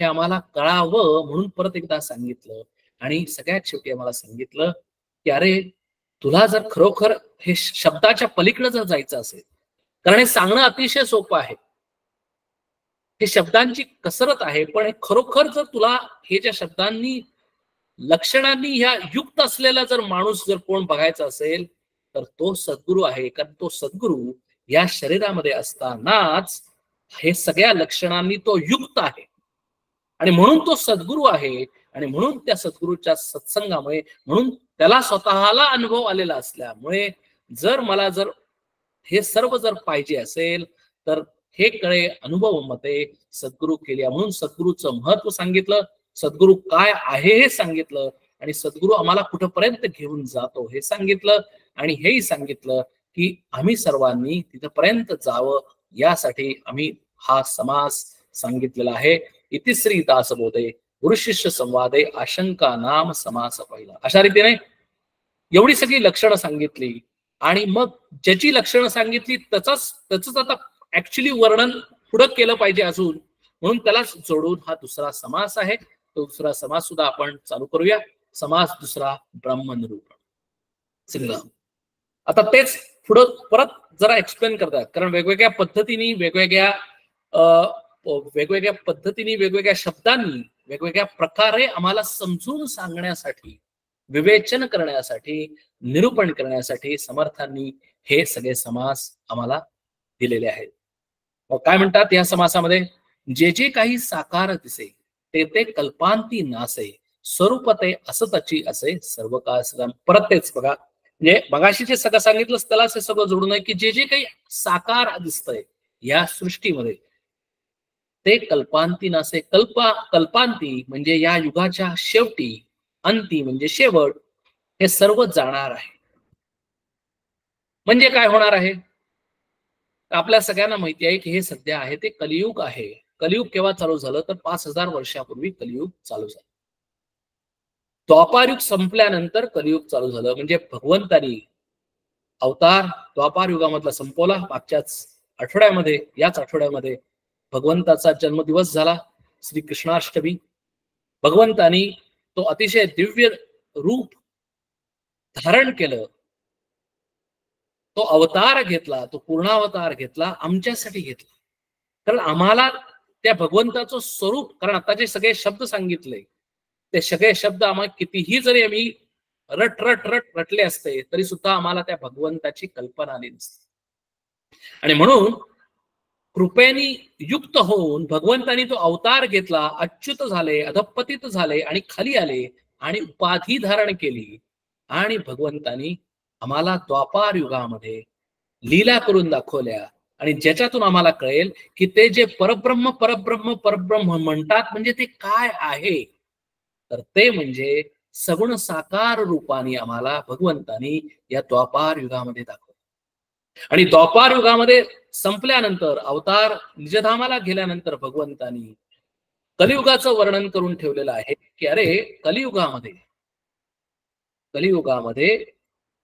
इतके पाऊस पडेल की कलियुगामध्ये अनेक प्रचंड पाऊस पडेल, प्रचंड उष्णता निर्माण होईल. आणि अशा, आणि हे बघा, this is very easy to understand की आपल्याला सगळ्यांना त्या सध्या शास्त्रीय सगळं माहिती आहे की अल निनो आणि हे सगळे जे इफेक्ट्स आहेत, आम्हीच जी वृक्षतोड केलेली आहे त्याच्यामुळे जे आमचे टेम्परेचर वाढत आहे, या ज्या सगळ्या ज्या सृष्टीचा जो संतुलन बिघडते आहे, हे समजायला अतिशय सोपं आहे की याच पद्धतीने आम्ही जर केलो, म्हणजे गेल्या 5000 वर्षामध्ये, म्हणजे कलियुगाच्या फक्त 5000 वर्षामध्ये आम्ही जर एवढं अचीव्ह केलेलं असेल, तर कलियुग ऍक्च्युली 4,20,000 एवढं वर्षांचं आहे. त्यामुळे अजून 5000 ते -5000 एवढी अनेक वर्ष पुढे काय होणार आहे आपल्याला लक्षात यायला अतिशय सोपं आहे. आणि म्हणून समर्थ म्हणतात की जे जे आम्हाला काही आता दिसतंय आमच्या समोर ते कल्पांती नासे, पण जरी ते सगळं गेलं तरी सुद्धा स्वरूप ते असतची असे सर्व काळ असतात. म्हणून त्याला सत म्हणलेलं आहे. ते काय आहे, पूर्वीही होतं, आत्ताही आहे वर्तमान काळामध्ये आणि पुढेही भविष्य काळामध्ये, सर्व काळामध्ये ते स्वरूप म्हणजे परब्रह्म असणारच आहे. जे सकाळामध्ये सार, मिथ्या नव्हे ते साचार, जे का नित्य निरंतर संचले असे का सिंहा. जे सगळ्यांच्या मध्ये आहे, मिथ्या नव्हे ते साचार आहे. त्याच्यामुळे आम्हाला सगळा आचार म्हणजे दिसतो, आकार दिसतो, पण ते नित्य निरंतर आहे. आणि नित्य निरंतर असूनही ते सर्व सृष्टीमध्ये भरून राहिलेलं आहे. आणि तेच ते भगवंताचं स्वरूप आहे. बघा, ते भगवंताचे निजरूप, त्यासी बोलिले स्वरूप, याही वेगळे अमुप नामे तयाची सिद्ध. म्हणून काय सांगितलं की अरे भगवंतानी जो अवतार घेतला, आणि आम्हाला असं वाटतं की अरे ते भगवंताचा अवतार म्हणजे श्रीकृष्णाचा अवतार, म्हणजे श्रीकृष्णाची ती उपाधी म्हणजेच भगवंत आहे, म्हणजेच परब्रह्म आहे. याच्यामध्ये काय चूक आहे का? चूक काहीही नाही. फक्त आम्ही एवढं लक्षात ठेवलं पाहिजे की ते भगवंताचं रूप भगवंतानी अवतार घेतलेला आहे, म्हणजे भगवंतानी खाली आलेले आहेत. भगवंत स्वतः हा निराकार आहेत, अजन्मा आहेत, उपाधी रहित आहेत, पण तरी सुद्धा आम्हाला दाखवण्यासाठी, आम्हाला तो परब्रह्म म्हणजे काय आहे हे आम्हाला समजण्यासाठी भगवंतानी आकार घेतला, रूप घेतलं, स्वरूप घेतलं, त्याला नाव दिलं. त्याला वेगवेगळी नावं आहेत, आम्ही त्याला श्रीकृष्ण म्हणतो. आणि म्हणून गीतेमध्ये सुद्धा कधीही श्रीकृष्ण उवाच असं म्हणलेलं नाही, तर भगवान उवाच असं म्हणलेलं आहे. म्हणजे जरी श्रीकृष्णानं स्वरूपामध्ये ती गीता सांगितली, पण तरीही ती त्या नामरूपाच्या अतीत असलेल्या परब्रह्म परमात्म्याने, म्हणून आम्ही त्याला म्हणतो की ओम परमात्मने नमः, म्हणून त्या परमात्म्याने, त्या परब्रह्म स्वरूपाने आम्हाला ते सांगितलं. आणि म्हणून फक्त आम्हाला इथेही ते सांगतात की म्हणून आम्ही कधी कन्फ्युजन करू नये.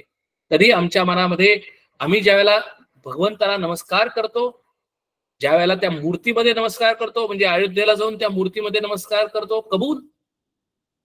पंढरपूरला जाऊन विठ्ठलाला नमस्कार करतो, कबूल. पण तो म्हणजे विठ्ठल नाही. अयोध्येमध्ये असलेली ती विग्रहरूपी स्वरूप म्हणजे तो राम नाही, हे आम्ही समजलं पाहिजे. म्हणजे काय तर तो राम आहेच, पण आमचा राम हा फक्त मूर्तीमध्ये नाही, आमचा विठ्ठल हा फक्त पंढरपुरात नाही, तर आमचा विठ्ठल हा सगळ्या चराचरामध्ये आहे. सगळ्या चराचराला अधिष्ठान त्या विठ्ठलाचं आहे. सगळ्या चराचराला अधिष्ठान त्या अयोध्येतल्या रामाचं आहे. ते त्याचं खरं स्वरूप आहे. नाम आम्ही कशासाठी दिली? त्याच नामाचा संकेत कळावया हा दृष्टांत, परी ते स्वरूप नामातीत असतची असे श्रीराम. हे आम्हाला नक्की कळलं पाहिजे, आमच्या मनामध्ये ते पटलं पाहिजे. म्हणजे कसं की ते जे स्वरूप आहे, परब्रह्म स्वरूप आहे, हे नामातीत आहे. दृश्य सबाह्य संचले, परी ते विश्वास चोरले, जवळची नाहीसे झाले असं त्याची कैसे श्रीराम. आणि म्हणून ज्या वेळेला आम्हाला, म्हणून एका संतांनी म्हणलेलं आहे की देव विटेवरी आला. देव विटेवरी आला म्हणजे काय तर त्यांनी आमच्यासाठी, आम्हाला, कारण आमची इतकी बुद्धी मंद बुद्धी आहे की आम्हाला फक्त दृश्य बघितलं त्याच वेळेला कळतं की अरे समोर विठ्ठलाची मूर्ती दिसतीये, त्यावेळेलाच तो विठ्ठल आहे. आणि विठ्ठला समोर आम्हाला आमचे हात ऑटोमॅटिकली जोडले जातात. म्हणून त्या बिचारा विठ्ठलाला त्या विटेवर यावं लागतं. आणि म्हणून तो दृष्टीचा भाव आमच्यामध्ये येतो. म्हणून आम्हाला ही सगळी देवळं आहेत, आम्हाला सगळे विग्रह आहेत, याच्यामध्ये चुकीचं काहीही नाही. म्हणजे थोडक्यात आम्हाला कळलं पाहिजे की आम्ही अध्यात्मामध्ये जर पहिल्या पायरीवर असू तर आमच्यासाठी देवळं, विग्रह, सगुण पूजा ही आवश्यकच आहे. पण जसं जसं आम्ही वरती वरती जातो अध्यात्मामध्ये आमची व्हिजन मोठी होते, त्यावेळेला आम्हाला लक्षात येतं की अरे तो विठ्ठल जसा त्या विग्रहामध्ये आहे तसा तो सर्व चराचरामध्ये आहे. आमचा राम हा अयोध्येमध्ये जसा आहे तसा तो राम, तोच राम माझ्या आतच आहे. आणि म्हणून ही दृष्टी, ही व्हिजन आम्हाला यावी म्हणून ते सांगतात की अरे खरं ते आहे ते फक्त दृष्टीचा विषय दृश्य, तोची झाली सादृश्य, तेने दृष्टी पावे संतोष, परी ते देखणे नव्हे श्रीराम. बघा समर्थ काय म्हणतात बघा की अरे ती दृष्टी म्हणजे खरोखर आम्हाला सगळ्यांना संतोष वाटतो. अयोध्येला गेल्यानंतर आम्हाला खूप आनंद होतो की अरे आम्ही त्या लल्लाला बघितलं, त्या रामाला बघितलं. आम्ही वृंदावनामध्ये गेल्यानंतर आम्हाला तो खूप तो अनुभव येतो की अरे तो वटपत्र म्हणजे तो जो साक्षात भगवंत आहे, तो छोटा कान्हा जो आहे तो वटपत्रावर असा झोपलेला आहे. आणि त्यांनी आम्हाला त्या झोपलेल्या ह्याच्यातून आम्हाला सांगितलेलं आहे की तो काय करतो की स्वतःच्याच पायाचं एक बोट आपल्या तो तोंडात घेतो आणि ते वर्तुळ तयार होतं. आणि ते बघितल्यानंतर आम्हाला इतका आनंद होतो. पण आमच्या मनाला समजतं आत हे सगळं दासबोध वाचल्यानंतर किंवा अध्यात्म केल्यानंतर की अरे तो दिसतोय तो काना आहे, कबूल, पण तो म्हणजे काना नव्हे, काना ह्याच्यापेक्षा जास्त मोठा आहे. दृष्टीत दिसे ते नासे, येतत विषयी श्रुती असे, म्हणून जे दृष्टीत दिसे ते स्वरूप नव्हे श्रीराम. अतिशय स्पष्टपणानं समर्थांनी म्हणलेलं आहे की जर आम्हाला जर ते स्वरूप जर पाहायचं असेल, त्या स्वरूपाचा जर अनुभव घ्यायचा असेल तर ते स्वरूप हे उपाधी रहित आहे, जे आम्हाला बघता येत नाही.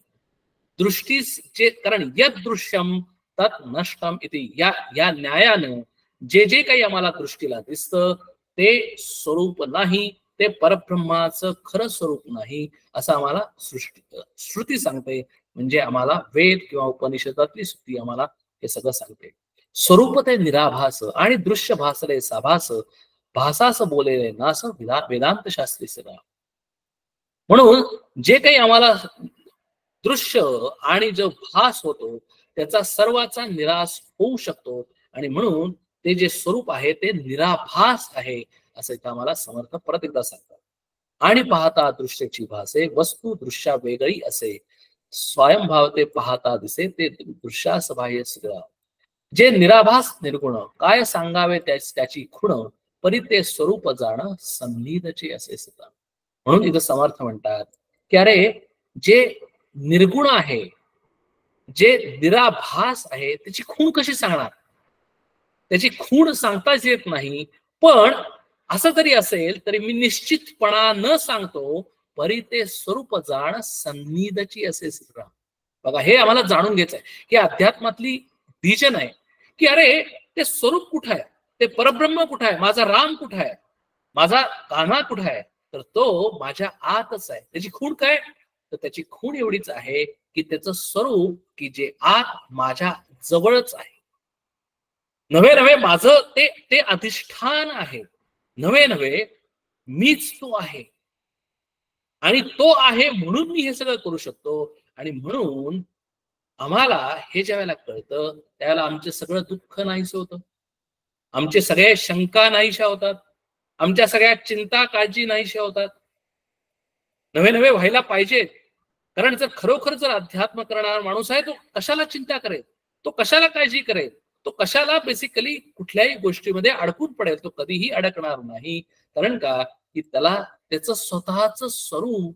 म्हणून समर्थांनी मनाच्या श्लोकामध्ये म्हणलेलं आहे की सदा सर्वदा देव सन्निध आहे, कृपाळूपणे अल्पधारिष्ट पाहे.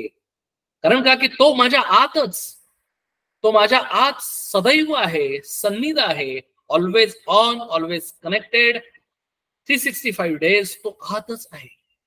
तेच माझं स्वतःच स्वरूप आहे. तेच स्वरूप मला तो माझ्या इतक्या जवळ असल्यामुळे मग तो कृपाळूपणे अल्पधारिष्ट आहे का? तर माझ्या कारण मला इतक्या झटक्यात कळत नाही लवकर. माझा व्यवहार अडवा येतो. इतके वर्षानुवर्ष ज्या पद्धतीने मी जगलेलो आहे, जन्मानुजन्म मी ज्या पद्धतीने जगलेलो आहे, त्या पद्धतीने माझा स्वभाव, माझं मन तसं घडलेलं आहे. आणि म्हणून माझं मन मानत नाही, माझी सवयी जात नाही. I am habituated. आणि हॅबिच्युएटेड असल्यामुळे आम्हाला सारखं प्रसंग आला, प्रॉब्लेम्स आले की मी घाबरतो, मी चिंतित होतो, मी एन्झायटी मला प्राप्त होते, मला टेन्शन्स येतात. म्हणून कृपाळूपणे अल्पधारिष्ट पाहे. म्हणून तो टेस्ट घेतो आमची, तो परीक्षा बघतो कुठून, आतूनच. की अरे इतके वर्ष अध्यात्म करतोय, इतकं वर्ष सगळ्यांना सांगतोय अध्यात्म, दासबोध सगळ्यांना सांगतोय, तू तसा आहेस का? आमच्या आयुष्यामध्ये तो प्रसंग आणतो आणि तो आतून हसत बसतो. म्हणजे मिश्किल बघतो, हसतो म्हणजे काय करतो? कृपाळूपणे अल्पधारिष्ट पाहे. त्या माणसाचं धारिष्ट पाहतो की अरे तो कितपत अजून तयार झालाय का, अजून अजून कच्चा आहे, कच्चं मडकं आहे का पक्क मडकं आहे, अजून नुसतंच बोलतोय का त्याप्रमाणे इम्प्लिमेंटेशन केलंय, त्याप्रमाणे आचरण केलंय. हे तो आतून कृपाळूपणे अल्पधारिष्ट पाहे. कारण कसं की तो कसा आहे, तो जसं मडकं घडवतो त्या पद्धतीने तो सुद्धा आम्हाला घडवतो. म्हणजे जसं कळी एका दिवसात फुलत नाही, ब्लॉसम होत नाही, तसं मातीचा घट निर्माण होण्यासाठी जो कुंभार जो आहे तो काय करतो? पहिल्यांदा माती घेतो, त्या चक्रावर ठेवतो, तो चक्र फिरवतो आणि ती मातीला आकार देतो. आणि आकार देताना काय करतो? आतून एक हात लावतो आणि बाहेरून थापटतो. आणि ज्या वेळेला तो आतून आधार देतो आणि बाहेर थापडतो, म्हणजे थोडक्यात काय की बाहेरून थापडतो म्हणजे वेगवेगळे कठीण प्रसंग आणतो. आणि कठीण प्रसंग आणून तो मला, मी किती घडलेलो आहे, मला घडवण्याचा तो प्रयत्न करतो. आणि मी घडायचं का नाही हा माझा प्रश्न आहे. मी म्हणलं नाही नाही तुला काय करायचं ते कर, मी प्रत्येक प्रसंगामध्ये चेंज होणारच नाही. मी त्याच पद्धतीने प्रत्येक वेळेला तसंच दुःखी होणार, तसंच चिंतित होणार, तसंच काळजी करणार, तसंच तोंड पाडून बसणार. भगवंत म्हणे मी काय करू शकतो याच्यासाठी? मी काहीही करू शकत नाही. आणि म्हणून भगवंताने सांगितलं की अरे सदा सदा तू कशाला घाबरतोस, कशाला तुला एन्झायटी आहे, कशाला इन्सिक्युरिटी वाटते, कशाला तू टेन्शन मध्ये येतोयस? सदा सर्वदा देव जन एवढं दासबोध ऐकलेलं आहे, जनशास्त्राचं श्रवण केलेलं आहे, त्याच्यावर चिंतन आणि मनन केलेलं आहे. त्याची भावना अशी असते की देव तारी किंवा देव मारी, सदा सर्वदा देव सन्निध आहे, कृपाळूपणे अल्पधारिष्टप आहे. आणि परी ते स्वरूप जाण सन्निधची असे सिद्धांत. अरे ते सन्निधच आहे. जैसा आकाशी भासला भास आणि सकाळामध्ये आकाश. म्हणून अध्यात्म ऍक्च्युली ज्याच्यामध्ये अध्यात्म मुरलेला आहे, ज्याच्यामध्ये परमार्थ मुरलेला आहे, ज्याच्यामध्ये हे ज्ञान हळूहळू हळूहळू मुरून तो परिपूर्ण होत आलेला आहे, तो नेहमी शांत असतो. तो जास्त बोलत नाही, तो शांत असतो. तो शांतपणानं सर्व गोष्टी करत असतो. तो सुद्धा परब्रह्म परमात्म्यासारखा मौन धारण करतो. आणि म्हणून इथं सांगितलेलं आहे की तैसा जाणीजे जगदीश सबाह्य अभ्यंतरी श्रीराम. म्हणून आकाश जसं आहे तसं तो जगदीशाला, त्या श्रीकृष्णाला, त्या भगवंताला आम्हाला जाणलं पाहिजे. कसा आहे तो सबाह्य अभ्यंतरी, म्हणजे तो माझ्या आतही आहे आणि माझ्या बाहेरही आहे. ओतप्रोत भरलेला आहे. ट्रू अँड ट्रू इंग्लिशमध्ये शब्द वापरतो की तो पूर्णपणे माझ्या प्रत्येक सेलमध्ये आहे. माझ्यामध्ये ट्रिलियन सेल्स आहेत, तर प्रत्येक सेलमध्ये तो आहे. जाणीवेच्या रूपात आहे, तो चैतन्याच्या रूपात आहे, सजीवतेच्या रूपात आहे. आणि जसं तो माझ्यामध्ये आहे तसं तो माझ्यापेक्षा सुद्धा माझ्या बाहेर जे काही आहे तिथंही तो ओतप्रोत भरलेला आहे. म्हणून जर त्या परमेश्वराला, त्या भगवंताला जर जाणायचं असेल, तर जगदीशाला जर जाणायचं असेल, तर त्याला असंच जाणलं पाहिजे, सबाह्य अभ्यंतरी. आणि म्हणूनच ते म्हणतात की जेथे जातो तेथे तू माझा सांगावे. अरे तो जर संबंध सगळीकडे सबाह्य अभ्यंतरी असेल, तर जिथं जिथं मी जातो तिथं तिथं तू आहेच, तू येतोस माझ्याबरोबर. तो कुठेही नाही असं नाही. भरला घनदाट हरी दिसे. अरे तो हरी कुठे आहे? तो हरी वैकुंठात नाही, तर तो हरी संबंध सगळ्या सृष्टीमध्ये भरून राहिलेला आहे. तो माझ्यामध्येही भरून राहिलेला आहे आणि तसा सगळ्यांच्या मध्ये सुद्धा भरून राहिलेला आहे. आणि तो संबंध सगळ्या सृष्टीमध्ये सबाह्य अभ्यंतरी हा भरून राहिलेला आहे. तो निश्चळ आहे, तो अचल आहे, तो एकच आहे. आणि म्हणून तो मी कितीही म्हटलं तरी मी त्याला सोडू शकत नाही आणि तो मला सोडू शकत नाही.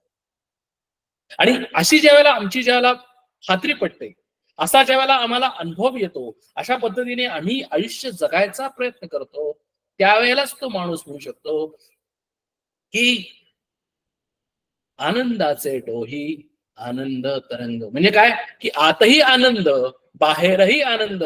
जसं पाण्यामध्ये टाकलं, घड टाकला, पाण्यामध्ये मडकं टाकलं, ते मडकं पूर्णपणे पाण्यानं भरलं. म्हणजे काय झालं, तर मडक्याच्या आतही आनंद, बाहेरही आनंद.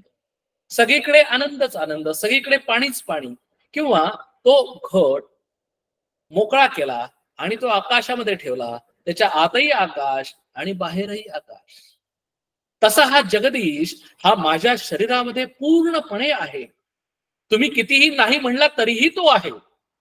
जर एखादा माणूस असेल, तो परमेश्वर मानत नसेल, नास्तिक असेल, तरी सुद्धा तो आहे. कारण तो माणूस नास्तिक आहे असं जो म्हणतो, ते म्हणण्यासाठी सुद्धा त्याला एक शक्ती लागते. ती शक्ती म्हणजे आमचा जगदीश आहे.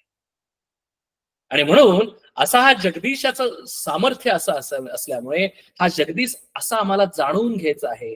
आणि मग त्यामुळे आम्हाला घाबरायचं कारणच नाहीये. बघा, असं जर आम्ही जगदीश जर आमचा जाणून घेतला, तर आम्हाला काहीही, कारण आम्ही जातोय कुठे, आम्ही इथून कुठेही जरी गेलो तरी जगदीश आमच्या बरोबरच आहे. बरं, आम्ही हे सगळं शरीर जरी सोडलं, उपाधी जरी सोडली, तरी सुद्धा जगदीश आमच्या बरोबर आहे. आणि म्हणूनच आमच्या संतांना एक सामर्थ्य प्राप्त झालेलं आहे की तारा किंवा मारा, देव तारी किंवा देव मारी, हे जे सामर्थ्य त्यांना जे निर्माण झालेलं आहे कुठल्याही प्रसंगामध्ये, हे त्यांच्या मनाचं सामर्थ्य आहे. हे त्यांना त्या जगदीशाची विजन मिळाल्यामुळे त्यांना ते सामर्थ्य प्राप्त झालंय. जोपर्यंत आमचं अध्यात्म हे एका मूर्तीपुरतं आहे, आमचं अध्यात्म जोपर्यंत काही स्तोत्र म्हणण्यापुरतं आहे, आमचं अध्यात्म फक्त माळ घेऊन नाम घेण्यापुरतं आहे, आमचं अध्यात्म किंवा मेडिटेशन करण्यापुरतं आहे, आमचं अध्यात्म फक्त तीर्थक्षेत्रांना जाण्यापुरतं आहे. आणि आम्हाला जर ही विजन नसेल तर आम्हाला कधीही तो जगदीश कळणार नाही. आणि जर जगदीश तो आम्हाला जर कळला नाही तर आमच्या आयुष्यामध्ये जसे पूर्वी आम्ही वागत होतो तसे आत्ताही वागणार. जसं पूर्वी आमच्या आयुष्यामध्ये संकट होती त्यावेळेला आम्ही टेन्शन मध्ये होतो, आम्हाला प्रॉब्लेम येत होते, आम्हाला भीती वाटत होती, ती सगळी भीती आता सुद्धा आम्हाला वाटते. चिंता होती ती सुद्धा आम्हाला वाटणार. म्हणजे इतके वर्ष आम्ही जरी अध्यात्म केलं तरी सुद्धा आमची चिंता, काळजी, एन्झायटी, टेन्शन्स कमी होणार नाहीत. पण जर अशा पद्धतीने जर आम्ही जगदीश जर आम्ही समजावून घेतलं आणि या जगदीशाची, या भगवंताची जर मला ओळख पटली तर मला सांगा, खरोखरच मी तुम्हाला आज प्रश्न विचारतो, आपण नंतर क्वेश्चन आन्सर मध्ये पाहूया, की जर खरोखर जर आम्हाला जर अशा पद्धतीने जर जगदीश कळला तर आमची भीती आम्हाला वाटेल का? आम्हाला कुठला प्रॉब्लेम येईल का? प्रॉब्लेम जरी आला तरी त्याच्यामध्ये आम्ही घाबरून जाऊ का? कधी आम्हाला इन्सेक्युअर वाटेल का? कधी आम्ही आधार आम्हाला नाही असं मला वाटेल का? कधीही वाटणार नाही. आम्हाला कुठलीही पोकळी वाटणार नाही, कारण तो सदैव आमच्या बरोबरच आहे. आणि म्हणून त्याची व्हिजन आम्ही समजून घेतली पाहिजे, तो कसा आहे हे समजून घेतलं पाहिजे. आणि तेच ह्या सत्संगामध्ये, ह्या समासामध्ये समर्थ सांगतायत. उदकापरी भिजेना, पृथ्वीमध्ये तरी झिजेना, वन्नीमध्ये परी शिजेना, स्वरूप देवाचे श्रीराम. तो देव कसा आहे? तो देव उदकामध्ये, पाण्याने तो भिजत नाही. माझं शरीर भिजतो, माझं मन सुद्धा भिजतं. मी अगदी अक्षय साहित्यामध्ये कल्पना आहे, साहित्यामध्ये शब्द वापरत की माझं मन आनंदानं भिजून गेलं. मन भिजलं, शरीर भिजलं, पण तो परब्रह्म माझ्या आत आहे, ते कधीही भिजत नाही. माझं शरीर झिजतं, पृथ्वीमधलं सगळ्या गोष्टी झिजतात, त्याला झीज आहे. वन्नीमध्ये माझं जर कुठलीही गोष्ट अग्नीमध्ये गेली तर अग्नीमध्ये काय होतं? दाह होतो, शरीराचा दाह होतो. पण परब्रह्म त्या अग्नीमध्ये जरी असेल तरी त्या परब्रह्माचा दाह होऊ शकत नाही, कारण वन्नी, अग्नी हे मायेतलं आहे, हे स्थूल आहे. परब्रह्म हे स्थूल सूक्ष्माच्या पलीकडं आहे आणि हेच देवाचं स्वरूप आहे. तो रेद्यामध्ये परी बुडेना, तो वायेमध्ये परी उडेना, सुवर्णी असे परी घडेना, सुवर्णासारखे राम. तो चिखलामध्ये बुडत नाही, तो वायामध्ये असेल तरी सुद्धा तो उडत नाही, सुवर्णामध्ये असेल तरी सुद्धा तो सुवर्णासारखा नाही, वेगवेगळ्या अलंकारासारखा नाही. हे आपण बऱ्याच वेळा दृष्टांत घेतलेला होता. ऐसे जे संचले सर्वदा, परी ते आकळे ना कदा, अभेदा माझी वाढवी भेदा, ते हे अहंकासा. कारण काय बघा, समर्थ अतिशय हुशार आहेत. हे सगळं का झालंय? मग आम्ही सुद्धा प्रश्न विचारतो की अरे हे सगळं मला कळतंय पण तरी सुद्धा हे आम्हाला वळत नाहीये. हे सगळं जरी मला शब्दांनी जरी कळलं तरी मी आज माझ्या आयुष्यामध्ये हेच आचरण करू शकत नाही. याचं कारण एकच आहे, समर्थ म्हणतात की तुझ्यामध्ये असलेला अहंकार, तुझ्यामध्ये असलेला जो मी मी मी म्हणणारा जो आहे अहंकार आहे, जोपर्यंत तो अहंकार आहे तोपर्यंत आम्हाला ही भगवंताची विजन कदापिही येऊ शकणार नाही. आणि म्हणून आम्हाला काय केलं पाहिजे? आमचा जो अहंकार जो आहे तो आम्हाला सारखं वेगळा काढतो. या माणसापासून दुसरा माणूस वेगळा, दुसऱ्या माणसापासून तिसरा माणूस वेगळा. तो अहंकारच आम्हाला सगळ्यांच्यापासून वेगळा करतो. आणि म्हणून अहंकारामुळे भेद निर्माण होतात. बघा, अध्यात्म काय सांगतं की अध्यात्म जर सांगतं की जर तो जर परब्रह्म एकच असेल, त्याच्यामध्ये कुठलेही भेद नसतील, पण आम्हाला भेद दिसत आहेत. आम्हाला वेगवेगळे शरीर दिसत आहेत, आम्हाला वेगवेगळे रूप दिसत आहेत, आम्हाला वेगवेगळे माणसं दिसत आहेत. मग हे जर आम्हाला जर दिसत असेल ते कशामुळे दिसतंय? तर माझ्या अहंकारामुळे. माझा जो अहंकार जो आहे, माझ्या अहंकार म्हणजे काय? तर मनबुद्धी चित्त अहंकार, याच्यामधला जो अहंकार जो आहे की जो मला सगळ्याला माझं स्वतःची एक आयडेंटिटी देतो. मी सांगतो की मी हा विवेक सबनीस आहे, आणि विवेक सबनीस आहे असं म्हणल्यानंतर मला हे 5 फूट 10 इंचचं शरीर मिळालेलं आहे, हे काळं आहे, हे जाड आहे, मी इथे राहतो, मी असं जे सगळं आहे हे अहंकारामुळे आहे. आणि मी माझ्यापासून दुसरा माणूस वेगळा आहे हे मी समजतो आणि हे भेद जपण्याचा प्रयत्न करतो की मी तुझ्यापेक्षा श्रेष्ठ कसा आहे. प्रत्येक गोष्टीमध्ये, प्रत्येक क्षणाक्षणाला मी वेगळा आहे, तू वेगळा आहेस, मी असं करतो ते तसं करतोस. म्हणजे आम्ही सारखं जीवनामध्ये जगत असताना सारखं अहंकाराने एकमेकांवर कुरघोडी करण्याचा प्रयत्न करतो. आणि मग जर अशा पद्धतीने जर आम्ही कुरघोडी केली, आम्ही जर हे भेद जपले, तर आम्ही त्या परमेश्वराला भेटणार कसं? कधीच भेटू शकणार नाही. तिच्या स्वरूपाची खूण सांगो काही ओळखणं, अहंतेचे निरूपण सावध ऐका सदा. म्हणून समर्थ म्हणतात की अरे या अहंकाराला आधी ओळख पहिल्यांदा. अहंकार काय आहे ते तुला ओळखल्यानंतर मग तो अहंकार तुला घालवता येईल. बघा समर्थ म्हणतात की जे स्वरूपाकडे पावे, अनुभवास झेपावे, अनुभवाचे शब्द आगवे, बोलून दावीस प्राण. म्हणे आता मीच स्वरूप, तेची अहंतेचे रूप, निराकारी आपोआप वेगळी घडे सदा. स्वयं मीच आहे ब्रह्म, ऐसा अहंतेचा भ्रम, ऐसी सूक्ष्म सूक्ष्मी सूक्ष्म पाहता दिसे सदा. बघा म्हणजे अहंकाराचं रूप इतकं सूक्ष्म आहे की अध्यात्मामधल्या माणसाला तो सगळ्यात जास्त अहंकार असतो. मला अध्यात्म येतं, मीच परमात्म स्वरूप आहे, मला दासबोध येतो, मी दासबोध सांगतो, माझं सगळं जण ऐकतात. हा जो अहंकार आहे हाच सूक्ष्म अहंकार आहे, हाच सात्विक अहंकार आहे. आणि तोच आम्हाला आमच्या निज स्वरूपापासून वेगळा घेऊन जातो. आणि मीच म्हणजे अहंकार कसा आहे बघा, म्हणजे मी शरीर आहे हा एक वेगळा अहंकार आहे, मी हुशार आहे हा मनाचा अहंकार आहे. पण इथे समर्थ अजून पुढचा जातात की अरे मी सगळं साधना करतो, मी शरीर नाही मला कळलेलं आहे, मी मन नाही हे मला कळलेलं आहे, पण माझ्या मनामध्ये आत थोडस अहंकार आहे की मी अहम ब्रह्मास्मी ही वृत्ती. आपण मागच्याला आठवत असेल तर बघा, ब्रह्माकार वृत्ती किंवा आत्माकार वृत्ती ज्या वेळेला माझ्या मनामध्ये मी निर्माण करतो किंवा ती निर्माण होते की शास्त्राचं सगळं ऐकल्यानंतर ती सुद्धा वृत्ती आहे, तो सुद्धा अहंकार आहे. आणि तो सात्विक अहंकार सुद्धा गळून पडला पाहिजे. आणि तो कुणापुढे गळून पडतो? तो असा सहजासहजी गळून पडत नाही, तो कधीही गळून पडणार नाही.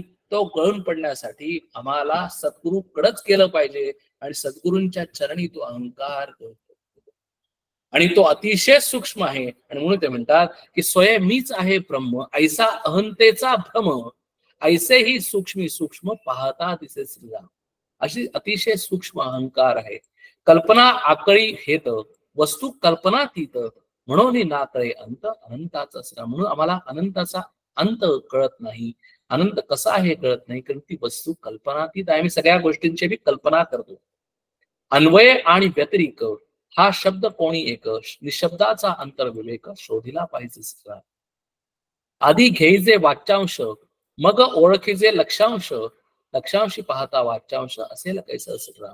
म्हणून शब्दार्थ आणि वाच्यार्थ, शब्दार्थ आणि वाच्यार्थ एकच झाले, पण गुणार्थ हा वेगळा झाला. म्हणून शब्दार्थ आणि वाच्यार्थ याच्या ऐवजी आम्ही गुणार्थ काय आहे ते कळून घेण्याचा प्रयत्न करावा. सर्व ब्रह्म आणि विवळ ब्रह्म हा वाच्यांशाचा अनुक्रम, शोधता लक्षांशाचे वर्म, वाच्यांश जाम. दोन्ही विवळ, दोन्ही सर्व विवळ दोन्ही पक्ष, वाच्यांशी आटती प्रत्यक्ष, लक्षांशी लाविता लक्ष, पक्षपात घडे सदा. हे लक्षांशी अनुभवणे, येथे नाही वाच्यांश बोलणे, मुख्य अनुभवाचे पुणे वाचारंभ कैसा. हा सगळा अनुभवाचा हे आहे. तिथे वाचेन शब्दांनी कधीही आम्हाला सांगता येणार नाही, पण वाचेनीच किंवा शब्दांनीच आम्हाला सांगितलं पाहिजे. म्हणून आम्हाला इथे स्पष्टपणे सांगतात की परापश्यंती मध्यमा वैखरी, जेथे ओसरती चारी, तेथे शब्द कळा कुसरी, कोणी कोण काज सलाम. म्हणजे बोलणं जे आहे चार प्रकारचं बोलणं आहे. वैखरी वाणी म्हणजे आता तुम्हाला ऐकू येते ते मी बोलतोय, तुम्ही ऐकता येते. मध्यमा म्हणजे मी तोंडातल्या तोंडात बोलतोय तर तुम्हाला ऐकू येईलच असं नाही. पश्यंती म्हणजे जे काही बोलतोय ते मी पाहतोय. आणि परा म्हणजे ते पाहण्याच्या पेक्षा पलीकडे. अशा चार ज्या वाणीचे प्रकार सांगतात, त्या चारही वाणी ज्याला ओसरतात, ज्याला शब्द थांबतात, त्याच वेळेला तिथे परब्रह्म स्वरूप प्रगट होतं. शब्द बोलता सर्वच नासे, तेथे शाश्वता कोठे असे, प्रत्यक्षास प्रमाण असे परे पहासिका. शब्द प्रत्यक्ष नाशवंत, म्हणून घडे पक्षपात, ऐसा सर्व विमळ ऐसा आहे तर अनुभवी नाही सदाम. कारण शब्दाला उत्पत्ती आहे आणि लय आहे. शब्द नाशवंत आहेत. शब्द आता बोलले, उद्या शब्द नाही. म्हणून हे शब्दांच्या पलीकडचं ज्ञान आहे. ऐसे अनुभवाचे लक्षण, अनुभव म्हणजे अनन्य जाण. आता बघा, सगळेजण म्हणतात की मला अनुभव आहे, मला अनुभव आहे, मला परब्रह्म पाहिलेला आहे, मी देवाला पाहिलेला आहे, मला दर्शन मिळालेलं आहे. असं जो म्हणेल तो द्वैतातून म्हणतो, म्हणून ते खरोखर अनुभव नाही. खरा अनुभव काय आहे? अनन्य जाण. अनन्य म्हणजे काय? की अन्य न ऐक अनन्याचे लक्षण ऐसे कैसे असे असे राम. अनन्य म्हणजे अन्य नसे, आत्मनिवेदन जैसे संगभंगे असतची असे आत्मा आत्मपणेच राम.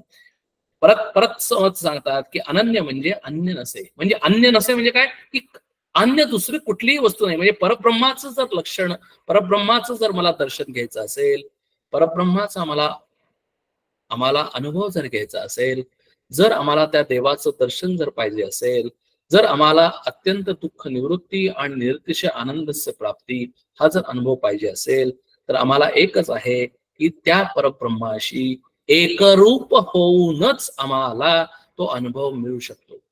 आणि त्याच्याशी एकरूप होणं म्हणजे पहिल्या समासातले जे सगळे जी लक्षणं सांगितली ती लक्षणं माझ्यामध्ये असणं. म्हणून अनन्य म्हणजे अन्य नसे, दुसरं काहीही नाही. तेच वेळेला मला, आणि ते कसं आत्मनिवेदन भक्ती जी आपण बघितली होती नवविधा भक्ती मधली, ती आत्मनिवेदन भक्ती जशी आहे तसंच ते अनन्यपण, त्याला जर आम्हाला पाहिजे असेल दर्शन, तर आम्हाला ते अनन्य होणं आवश्यक आहे. अनन्याश्चिंतयन्तो माम ये जनाः पर्युपासते तेषां नित्याभियुक्तानां योगक्षेमं वहाम्यहम् न मे भक्तः प्रणश्यति. भक्त कोण? असा जो अनन्य भक्त आहे की जो दुसरा कुठलाही विचार करत नाही. बघा, जर आम्ही व्यवहाराचा विचार करतो तर आम्ही परमेश्वराचा विचार करत नाही. जर व्यवहार जर सोडला, बाकी कुठलाही व्यवहार करत नाही, संसार नाही, बाकी कुठलाही विचार नाही, आमच्या मनामध्ये फक्त परब्रह्म परब्रह्म परब्रह्म, आमच्या मनामध्ये फक्त तो भगवान परमेश्वर हेच आमचं जर लक्ष असेल, आम्ही जर त्याशी अनन्य असू, आत्मनिवेदन भक्ती या भक्तीच्या अनुषंगाने वर्णन केल्याप्रमाणे जर आम्ही असू, त्याच वेळेला आम्हाला त्याचं दर्शन होऊ शकतं. म्हणून आत्म्याचं दर्शन आत्मपणेच होऊ शकतं. आत्म्याचं नाही, आत्मपण हे निसंगाचे लक्षण, हे वाच्यांशी बोलले जाणं कळावया कारणाचं नाम. एरवी लक्षांश तो वाच्यांश सांगितलेले हे घडे कैसे, वाक्य विवरणे अपैसे कळू लागे नाम. करावे तत्व विवरण, शोधावे ब्रह्म निर्गुण, पहावे आपणास आपण म्हणजे कळेच नाम. समर्थांनी अतिशय परत सांगितलं, एक 5 मिनिटात आपण संपू, की जर आम्हाला जर तो पाहिजे असेल तर आम्हाला काय आहे, तर पहावे आपणास आपण म्हणजे कळेच नाम. या एका ह्याच्यामध्ये याचा अर्थ काय, ह्याच्यावर तुम्ही विचार करा आणि तुम्हाला कळेल की आपण कोण आहोत. पहावे आपणास आपण, शोधावे ब्रह्म निर्गुण, करावे तत्व विवरण म्हणजे कळेल. आम्हाला तरी अभ्यास सांगितला की आम्ही आजचा सेशन झाल्यानंतर आठवडाभर काय करायचंय, पहावे आपणास आपण, हा आम्ही स्वाध्याय करायचा आहे. म्हणजे आम्हाला तो कळेल. हे न बोलताच विवरीचे, विवरोनी विरोन राहीचे, मग अबोलपणेची साचे महापुरुषी राम. शब्दची निशब्द होती, श्रुती नेती नेती म्हणती, हे तो लागे आत्मप्रचिती प्रत्यक्षात असला. म्हणून श्रुती हे नाही, हे नाही, हे नाही हे सांगते. याचा अर्थ असा नाही की त्याला ते माहिती नाही, कारण ही इलिमिनेशन टेक्निक आहे. मी शरीर नाही, मी मन नाही, मी प्राण नाही, मी अहंकार नाही, मी अज्ञान नाही. मग राहिलं काय? ते राहिलं काय, तर ते जे आहे तर मी आहे, तीच माझी स्वतःची आत्मप्रचिती आहे, तेच माझं स्वतःला पाहणं आहे. प्रचित आलिया अनुमान, हा तो प्रत्यक्ष दुराभिमान, तरी आता मी अज्ञान माझं काहीच न कळे. म्हणजे ही मला प्रचिती आली, हा सुद्धा दुराभिमान आहे.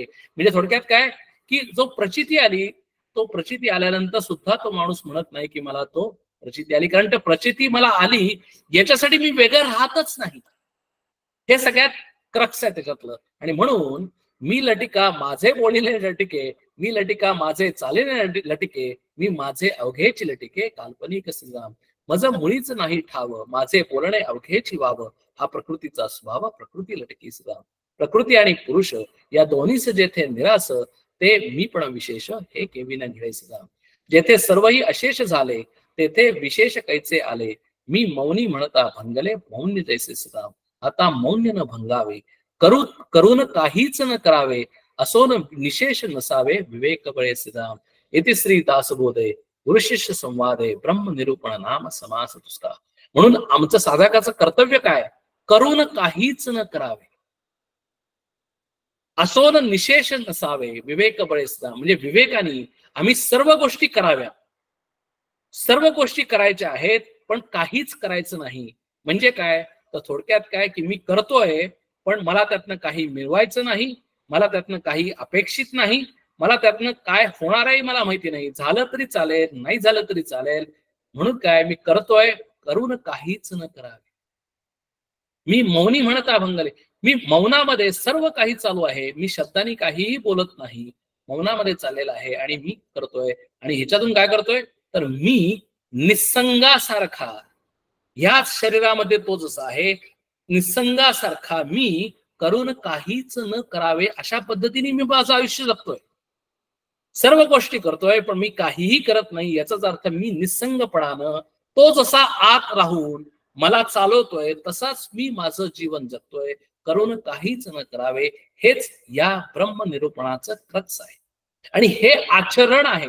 साक्षी भावानं वागणं, करून काहीच न करणं, हे करणं आणि त्या पद्धतीने आम्ही आचरण करणं म्हणजेच आम्हाला त्या परब्रह्म परमात्म्याची, त्या प्रभू श्रीरामाची, त्या आत्मारामाची दर्शन घेण्याची आम्हाला तो प्रवास आहे. एवढंच मी म्हणेन. आज आता आपण इथेच थांबू. हरिओम तत्सत. नंतर आपण शेवटचं करुणाष्टक झाल्यानंतर काही शंका असतील तर ते आपण विचारूया. प्रार्थना म्हणते. कल्याण करी राम राया, राम राया, कल्याण करी राम राया. जनहित विवरी, जनहित विवरी, जनहित विवरी, कल्याण करी राम राया. तळमळ तळमळ होतची आहे, होतची आहे, हे जन हाती धरी दयाळा, कल्याण करी राम राया, देवराया, कल्याण करी राम राया. अपराधी जन चुकतची गेले, चुकतची गेले, तुझा तूची सावरी दयाळा, कल्याण करी राम राया, देवराया, कल्याण करी राम राया. कठीण त्यावरी कठीणची झाले, कठीणची झाले, आता न दिसे उरी दयाळा, कल्याण करी राम राया, देवराया, कल्याण करी राम राया. कोठे जावे काय करावे, काय करावे, आरंभिली बोहरी दयाळा, कल्याण करी राम राया, देवराया, कल्याण करी राम राया. दास म्हणे आम्ही केले पावलो, केले पावलो, दयेसी नाही सरी दयाळा, कल्याण करी राम राया, देवराया, कल्याण करी राम राया, राम राया, कल्याण करी राम राया. जय जय रघुवीर समर्थ. छान, अतिशय छान. नेहमीप्रमाणे आपण काही जर क्वेश्चन्स असतील, मी लाईन्स ओपन केलेल्या आहेत, काही जर क्वेश्चन्स असतील, काही कॉमेंट्स असतील तर आपण विचारूया. आरतीताई. जय श्रीराम. नाही, आज अगदीच म्हणजे इतकं छान निराकार विषयी वगैरे सगळे इतके संशय सगळे पिटले ना. सगळ्याचे अर्थ निर्विकल्प म्हणजे काय की इतकं त्यांनी काही सांगितलंय. पृथ्वीचा आधार तुम्ही सांगितलं की सर्व गोष्टींचा आधार परब्रह्म आहे, पण तो कल्पना करण्याच्या पेक्षा वेगळा आहे. कल्पना करण्यासाठी दुसरी वस्तू नाही. त्यांनी तुम्ही अनुभव म्हणजे त्याची उदाहरणं फार छान सांगितली की राग म्हणजे काय, राग पाहिला पाहिजे तर कळते. आणि तो कुठल्या डोळ्यानं कळणार, तर ज्ञानेंद्रियांनाच कळणार. आणि ही गोष्ट जी आहे ती कल्पनेची नाही तर अनुभवाची आहे. म्हणजे आता अगदी कळलं की शब्दा वाचून कळले सारे शब्दांच्या पलीकडले. म्हणजे ह्या गाण्याचा सुद्धा अर्थ आता कळला की त्याच्या पलीकडे परब्रह्म आहे. म्हणजे इतकं छान, म्हणजे आज अगदी आणि निष्कळंक. आणि हे फार छान सांगितलं तुम्ही, अश्वत्थ वृक्ष उलटा आणि विचित्र ऊर्ध्व मूळ.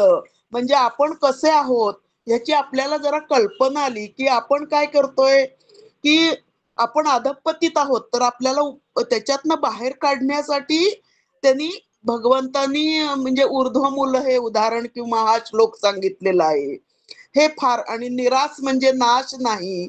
आता इतकं म्हणजे इतकं आता डोक्यात बसलं ना की फारच सुंदर सुंदर. म्हणजे अगदी त्याच्यातनं एक वेगळंच अध्यात्म कळलं आज मला. आणि हे पण तुम्ही शेवटी सांगितलं की करून काहीच न करावे, हे इतकं सुंदर उदाहरण दिलेलं आहे. आणि हा आता आपल्याला होमवर्क इतका करण्यासाठी आहे की ह्याच्यातनं आपल्याला वर चढायचंय. आता या अध्यात्म्यातून आपल्याला आता ह्या मानव देहापासून मुक्त व्हायचंय. ह्याचे अगदी सरळ सोपे सोपे सोपे मार्ग.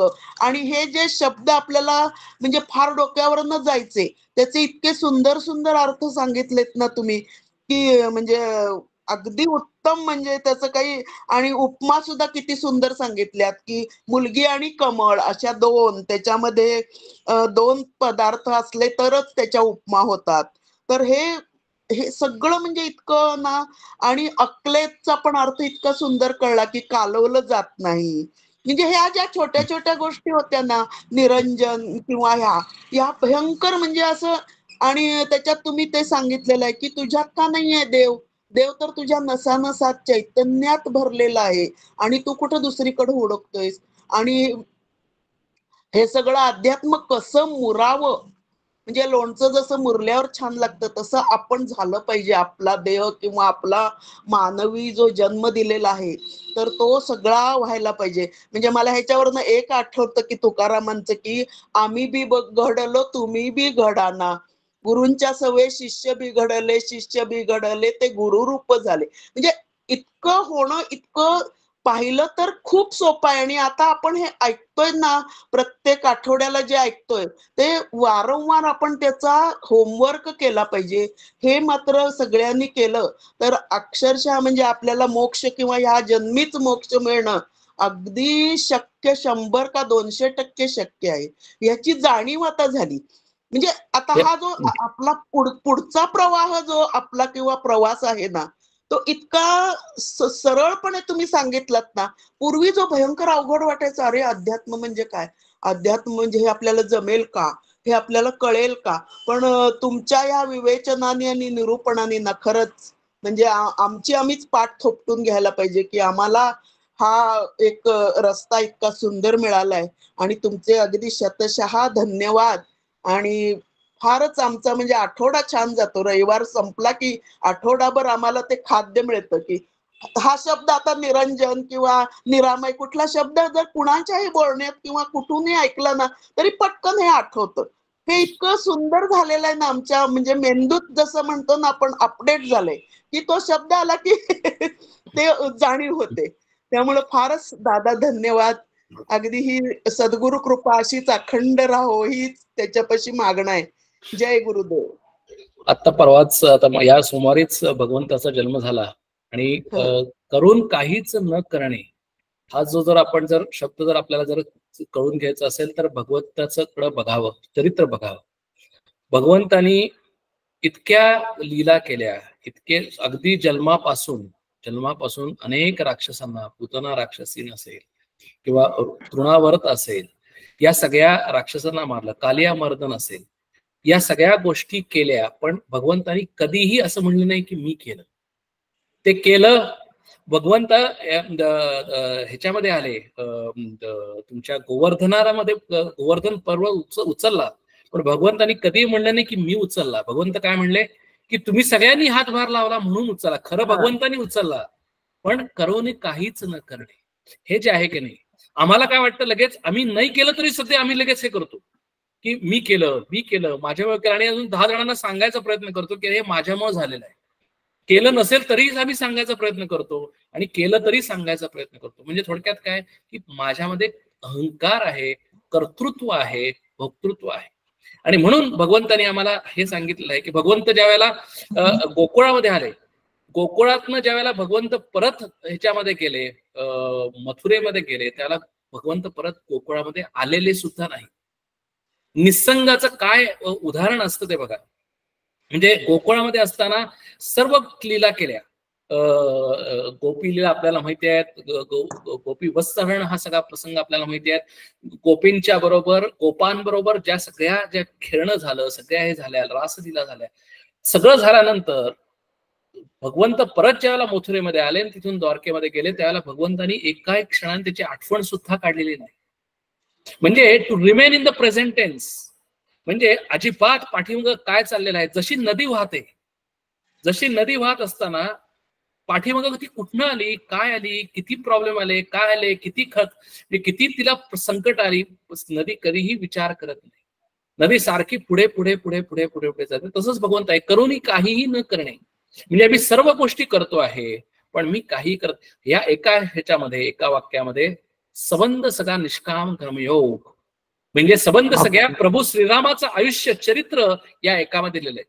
प्रभू श्रीरामांनी सगळं आयुष्य जगलं, 15,000 वर्ष प्रभू श्रीराम जगलेले आहेत, आणि तरी सुद्धा त्याच्यामध्ये संबंध सगळा राज्यकारभार केला, सर्व केलं, पण काहीही केलं नाही. म्हणजे थोडक्यात काय की अशा पद्धतीने आम्ही जगलं पाहिजे. हा समाज ह्याच्यासाठी सांगितलेला आहे की आम्ही सर्व गोष्टी करतो आहोत पण आम्ही काहीही करत नाही. याचाच अर्थ असा आहे की जसं होईल तसं आम्ही वागणं आहे. आम्ही प्रत्येक वेळेला कंट्रोल करायचा प्रयत्न करतो. माझं आयुष्य मी कंट्रोल करायचा प्रयत्न करतो की असं व्हावं, तसं व्हावं, असं झालं तर चांगलं होईल, तसं झालं तर वाईट होईल, असं का झालं, आणि ब्रूडिंग ओव्हर द पास्ट, आणि असं व्हावं म्हणजे एन्झायटी अबाउट द फ्युचर. आम्ही if we remain in the present tense, ज्या क्षणाला मी जिथं आहे त्या क्षणाला मी जे जे काही करतो ते मी करतो. जे पूर्वी काय झालं मला माहिती नाही, पुढं काय होणार आहे मला माहिती नाही, मी आहे त्या ह्याच्यामध्ये प्रेझेंट टेन्स मध्ये आहे. आणि करताना मी कधीही माझ्यासाठी करणार नाही तर भगवंतासाठी करणार. हे आचरण ज्या वेळेला आम्ही करू अशा पद्धतीने, म्हणजे त्याच वेळेला आम्हाला भगवंत भेटेल. आणि म्हणून हे अनुभवाचे अध्यात्म, हे अनुभवाचं जे का म्हणलेलं आहे की हे नुसतं बोलायचं नाही, तर हे प्रत्येकाने, तुम्ही आणि आम्ही करून दाखवायचं आहे. तो म्हणजे हा जो आग आहे, म्हणजे हा जो एक बेसिकली आस्पेक्ट आहे. म्हणून तर आम्हाला भगवंतानी पूर्णावतार का घेतलेले आहे की आपण थोडासा विचार करू की जर श्रीरामावतार आणि श्रीकृष्ण अवतार हे तर 2 अवतार झाले नसते तर आम्हाला परब्रह्म कधीच कळलं नसतं. कितीही शब्द वापरा, आम्हाला हे जे सगळे पहिल्या समाजातले जे 50-60 जे शब्द आहेत ते शब्द कधी कळलेच नसते. खरोखर जर आपण असं विचार केला की हे शब्द उच्चारा आणि भगवंताचं चरित्र आठवा, रामाचं चरित्र आठवा, कृष्णाचं चरित्र आठवा, आम्हाला ते शब्द लगेच कळतील की अरे हे काय भानगड आहे, एक शब्द म्हणजे काय. आणि त्या शब्दात म्हणून तर ह्या भगवंताची कृपा आमच्यावर काय एवढी आहे. म्हणजे विष्णूंनी हे सगळे अवतार का घेतलेले आहेत तर आमच्यासाठी, आमच्यासारख्या सामान्य माणसांसाठी, आम्हाला ते परब्रह्म परमात्मा स्वरूप काय आहे हे कळावं, याच्यासाठी आम्ही भगवंतानी तो पूर्णावतार घेतलेले. आणि ते पूर्णावतार घेतले ते काय, ते खाली आलेले, वरून खाली आलेले आहे. म्हणजे कशासाठी तर आम्हाला कळावं म्हणून खाली आलेले आहे. आम्हाला काहीतरी रोल मॉडेल पाहिजे आम्हाला, आणि म्हणून आम्ही ती नुसती चरित्र सांगायची नाही तर त्या चरित्राप्रमाणे आचरण करण्याचं. म्हणून त्या दोघा अवतारामध्ये सुद्धा फरक आहे. रामावतारामध्ये काय केलंय, भगवंतानी अतिशय मर्यादा पुरुषोत्तम, एकही चमत्कार नाही. तुमच्या आमच्यासारखे अतिशय सामान्य पद्धतीने भगवंत जगलेले आहेत. आणि भगवंतानी स्वतः आचरण करून दाखवलेलं आहे की गृहस्थाश्रम कसा असतो, कसा असावा, आदर्श गृहस्थ कसा असावा, कारण भगवंताला सुद्धा त्याच्यामध्ये सर्व गृहस्थाश्रम होता, सीतामाई होत्या, लवकुश होते, राज्य होतं, सगळं राज्यकारभार त्यांनी केलेला आहे. म्हणजे थोडक्यात तुमच्या आमच्या प्रमाणे भगवंतांनी आम्हाला कसं वागावं हे रामावतारामध्ये दाखवलेलं आहे. आणि एखाद्यास आम्हाला असं वाटेल की अरे तो आमच्यासारखाच आहे, हे आम्हाला कळावं की मी तुमच्यासारखा नाही, मी कोणतरी मोठा आहे. म्हणून भगवंतांनी कृष्णावतारामध्ये पहिल्या जन्मापासूनच लीला करायला चालू केल्या. आणि कृष्णावतार हा फक्त चमत्कार आहे, फक्त लीला आहे. म्हणून कृष्णासारखा आम्ही वागू शकत नाही. म्हणून कृष्णावतार का सांगितलाय? कृष्णावतार हा भक्तीसाठी सांगितलेला आहे. आणि म्हणून भक्ती कशी करावी याच्यासाठी कृष्णावतार आहे, आचरण कसं करावं याच्यासाठी रामावतार आहे. आणि म्हणून हे दोनच पूर्णावतार हे भगवंतांनी घेतलेले आहेत. आणि मग हे सगळं केल्यानंतर तो आहे निराकार, तो आहे हे आम्हाला परत समजून घ्यायचं आहे. म्हणजे जसं तो सुद्धा अवतार घेऊन आलेला आहे खाली, तसं आम्ही सुद्धा अवतार घेऊन खाली आलेलो आहोत. आमचं अधपतन झालेलं आहे, म्हणून तर आम्हाला हे शरीर मिळालेलं आहे, म्हणून तर आमच्या आयुष्यामध्ये एवढी दुःख आहे, म्हणून तर आमच्या आयुष्यामध्ये एवढी प्रचंड संकट आहेत, एन्झायटी आहे, टेन्शन्स आहेत, हे आहेत. मग आम्हाला मनापासून ज्याला वाटेल की अरे हे काय चाललंय, it is too much, I have to come out of this, हे ज्यावेळेला मला लक्षात येईल, हे ज्यावेळेला मला पटेल, त्यावेळेला मी या चरित्राचा अभ्यास करेन आणि मी चरित्रासारखं ते वागण्याचा प्रयत्न करेन, रामासारखा वागेन, कृष्णाच्या ह्याच्यामध्ये गोपींसारखी भक्ती करेन. आणि मी परत उद्धवेत आत्मना आत्मानम, म्हणजे ह्या शरीरामध्ये परत कधीही येणार नाही, ही सोय भगवंतानी आमच्यासाठी करून ठेवलेली आहे.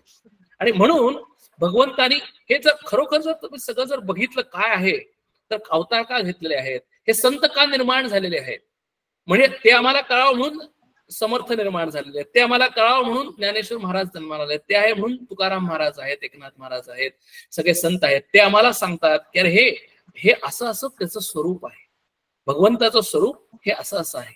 म्हणजे आम्हाला निष्काम कर्मयोग करणे, तो आमच्या मनामध्ये काहीच करून काहीच न करणे आणि अतिशय भक्तियुक्त अंतःकरणाने त्या भगवंताप्रती प्रेम ठेवून आम्ही आमचं आयुष्य काढणे, म्हणजेच आम्ही ते होणे आहे. नराचा नारायण होणे म्हणजे कुठे जाऊन कुठेतरी कुठे प्रोसेस नाहीये, त्या जर्नीमध्ये, त्या प्रवासामध्येच नराचा नारायण होणे. इतकी असं ते इतकं काय म्हणतात त्याला, इतकं ते सिंपल, इतक्या साध्या सिंपल पद्धतीने ते आमच्या पुढं मांडण्याचा प्रयत्न या सगळ्या संतांनी केलेला आहे. आणि हे वरच्यावर रामदासांचं म्हणजे किती उच्च कोटीचे होते, ते किती त्यांना तळमळ होती हे जाणून येते. त्यांनी सुरुवातीला बघा ना आशंका नाम लिहिलं आणि त्याच्यानंतर ब्रह्मनिरूपण, म्हणजे परत त्यांनी एवढं करून सुद्धा सांगितलं त्याची खूण ओळखा, काय की तुमच्या आतच तो आहे, त्याच्यातच अधिष्ठान आहे तुमचं आणि तोच मी आहे. मग तुम्ही दुःख शोक क्षमता तुम्हाला कशाला पाहिजेत, म्हणजे किती त्यांनी तळमळीनं सांगितली. ही तळमळ त्यांची फार याच्यातनं कळतीये आणि त्याचा आपण थोडा तरी उपयोग करून आपला नरदेह सार्थकी लावलं पाहिजे. हे फार सुंदर, म्हणजे अगदी अगदी म्हणजे धन्य धन्य झालो आम्ही दादा. जय गुरुदेव. आता बोलावं तेवढं कमी आहे, पण मी थांबवते इथं. जय गुरुदेव. अजून कोणाला काही शंका काही असतील, कॉमेंट्स असतील तर आपण अनम्यूट करायला लागेल, कारण सगळ्यांचे आय थिंक माइक्स म्यूट आहेत, तर ते अनम्यूट करायला लागेल आणि मग बोलायला लागेल.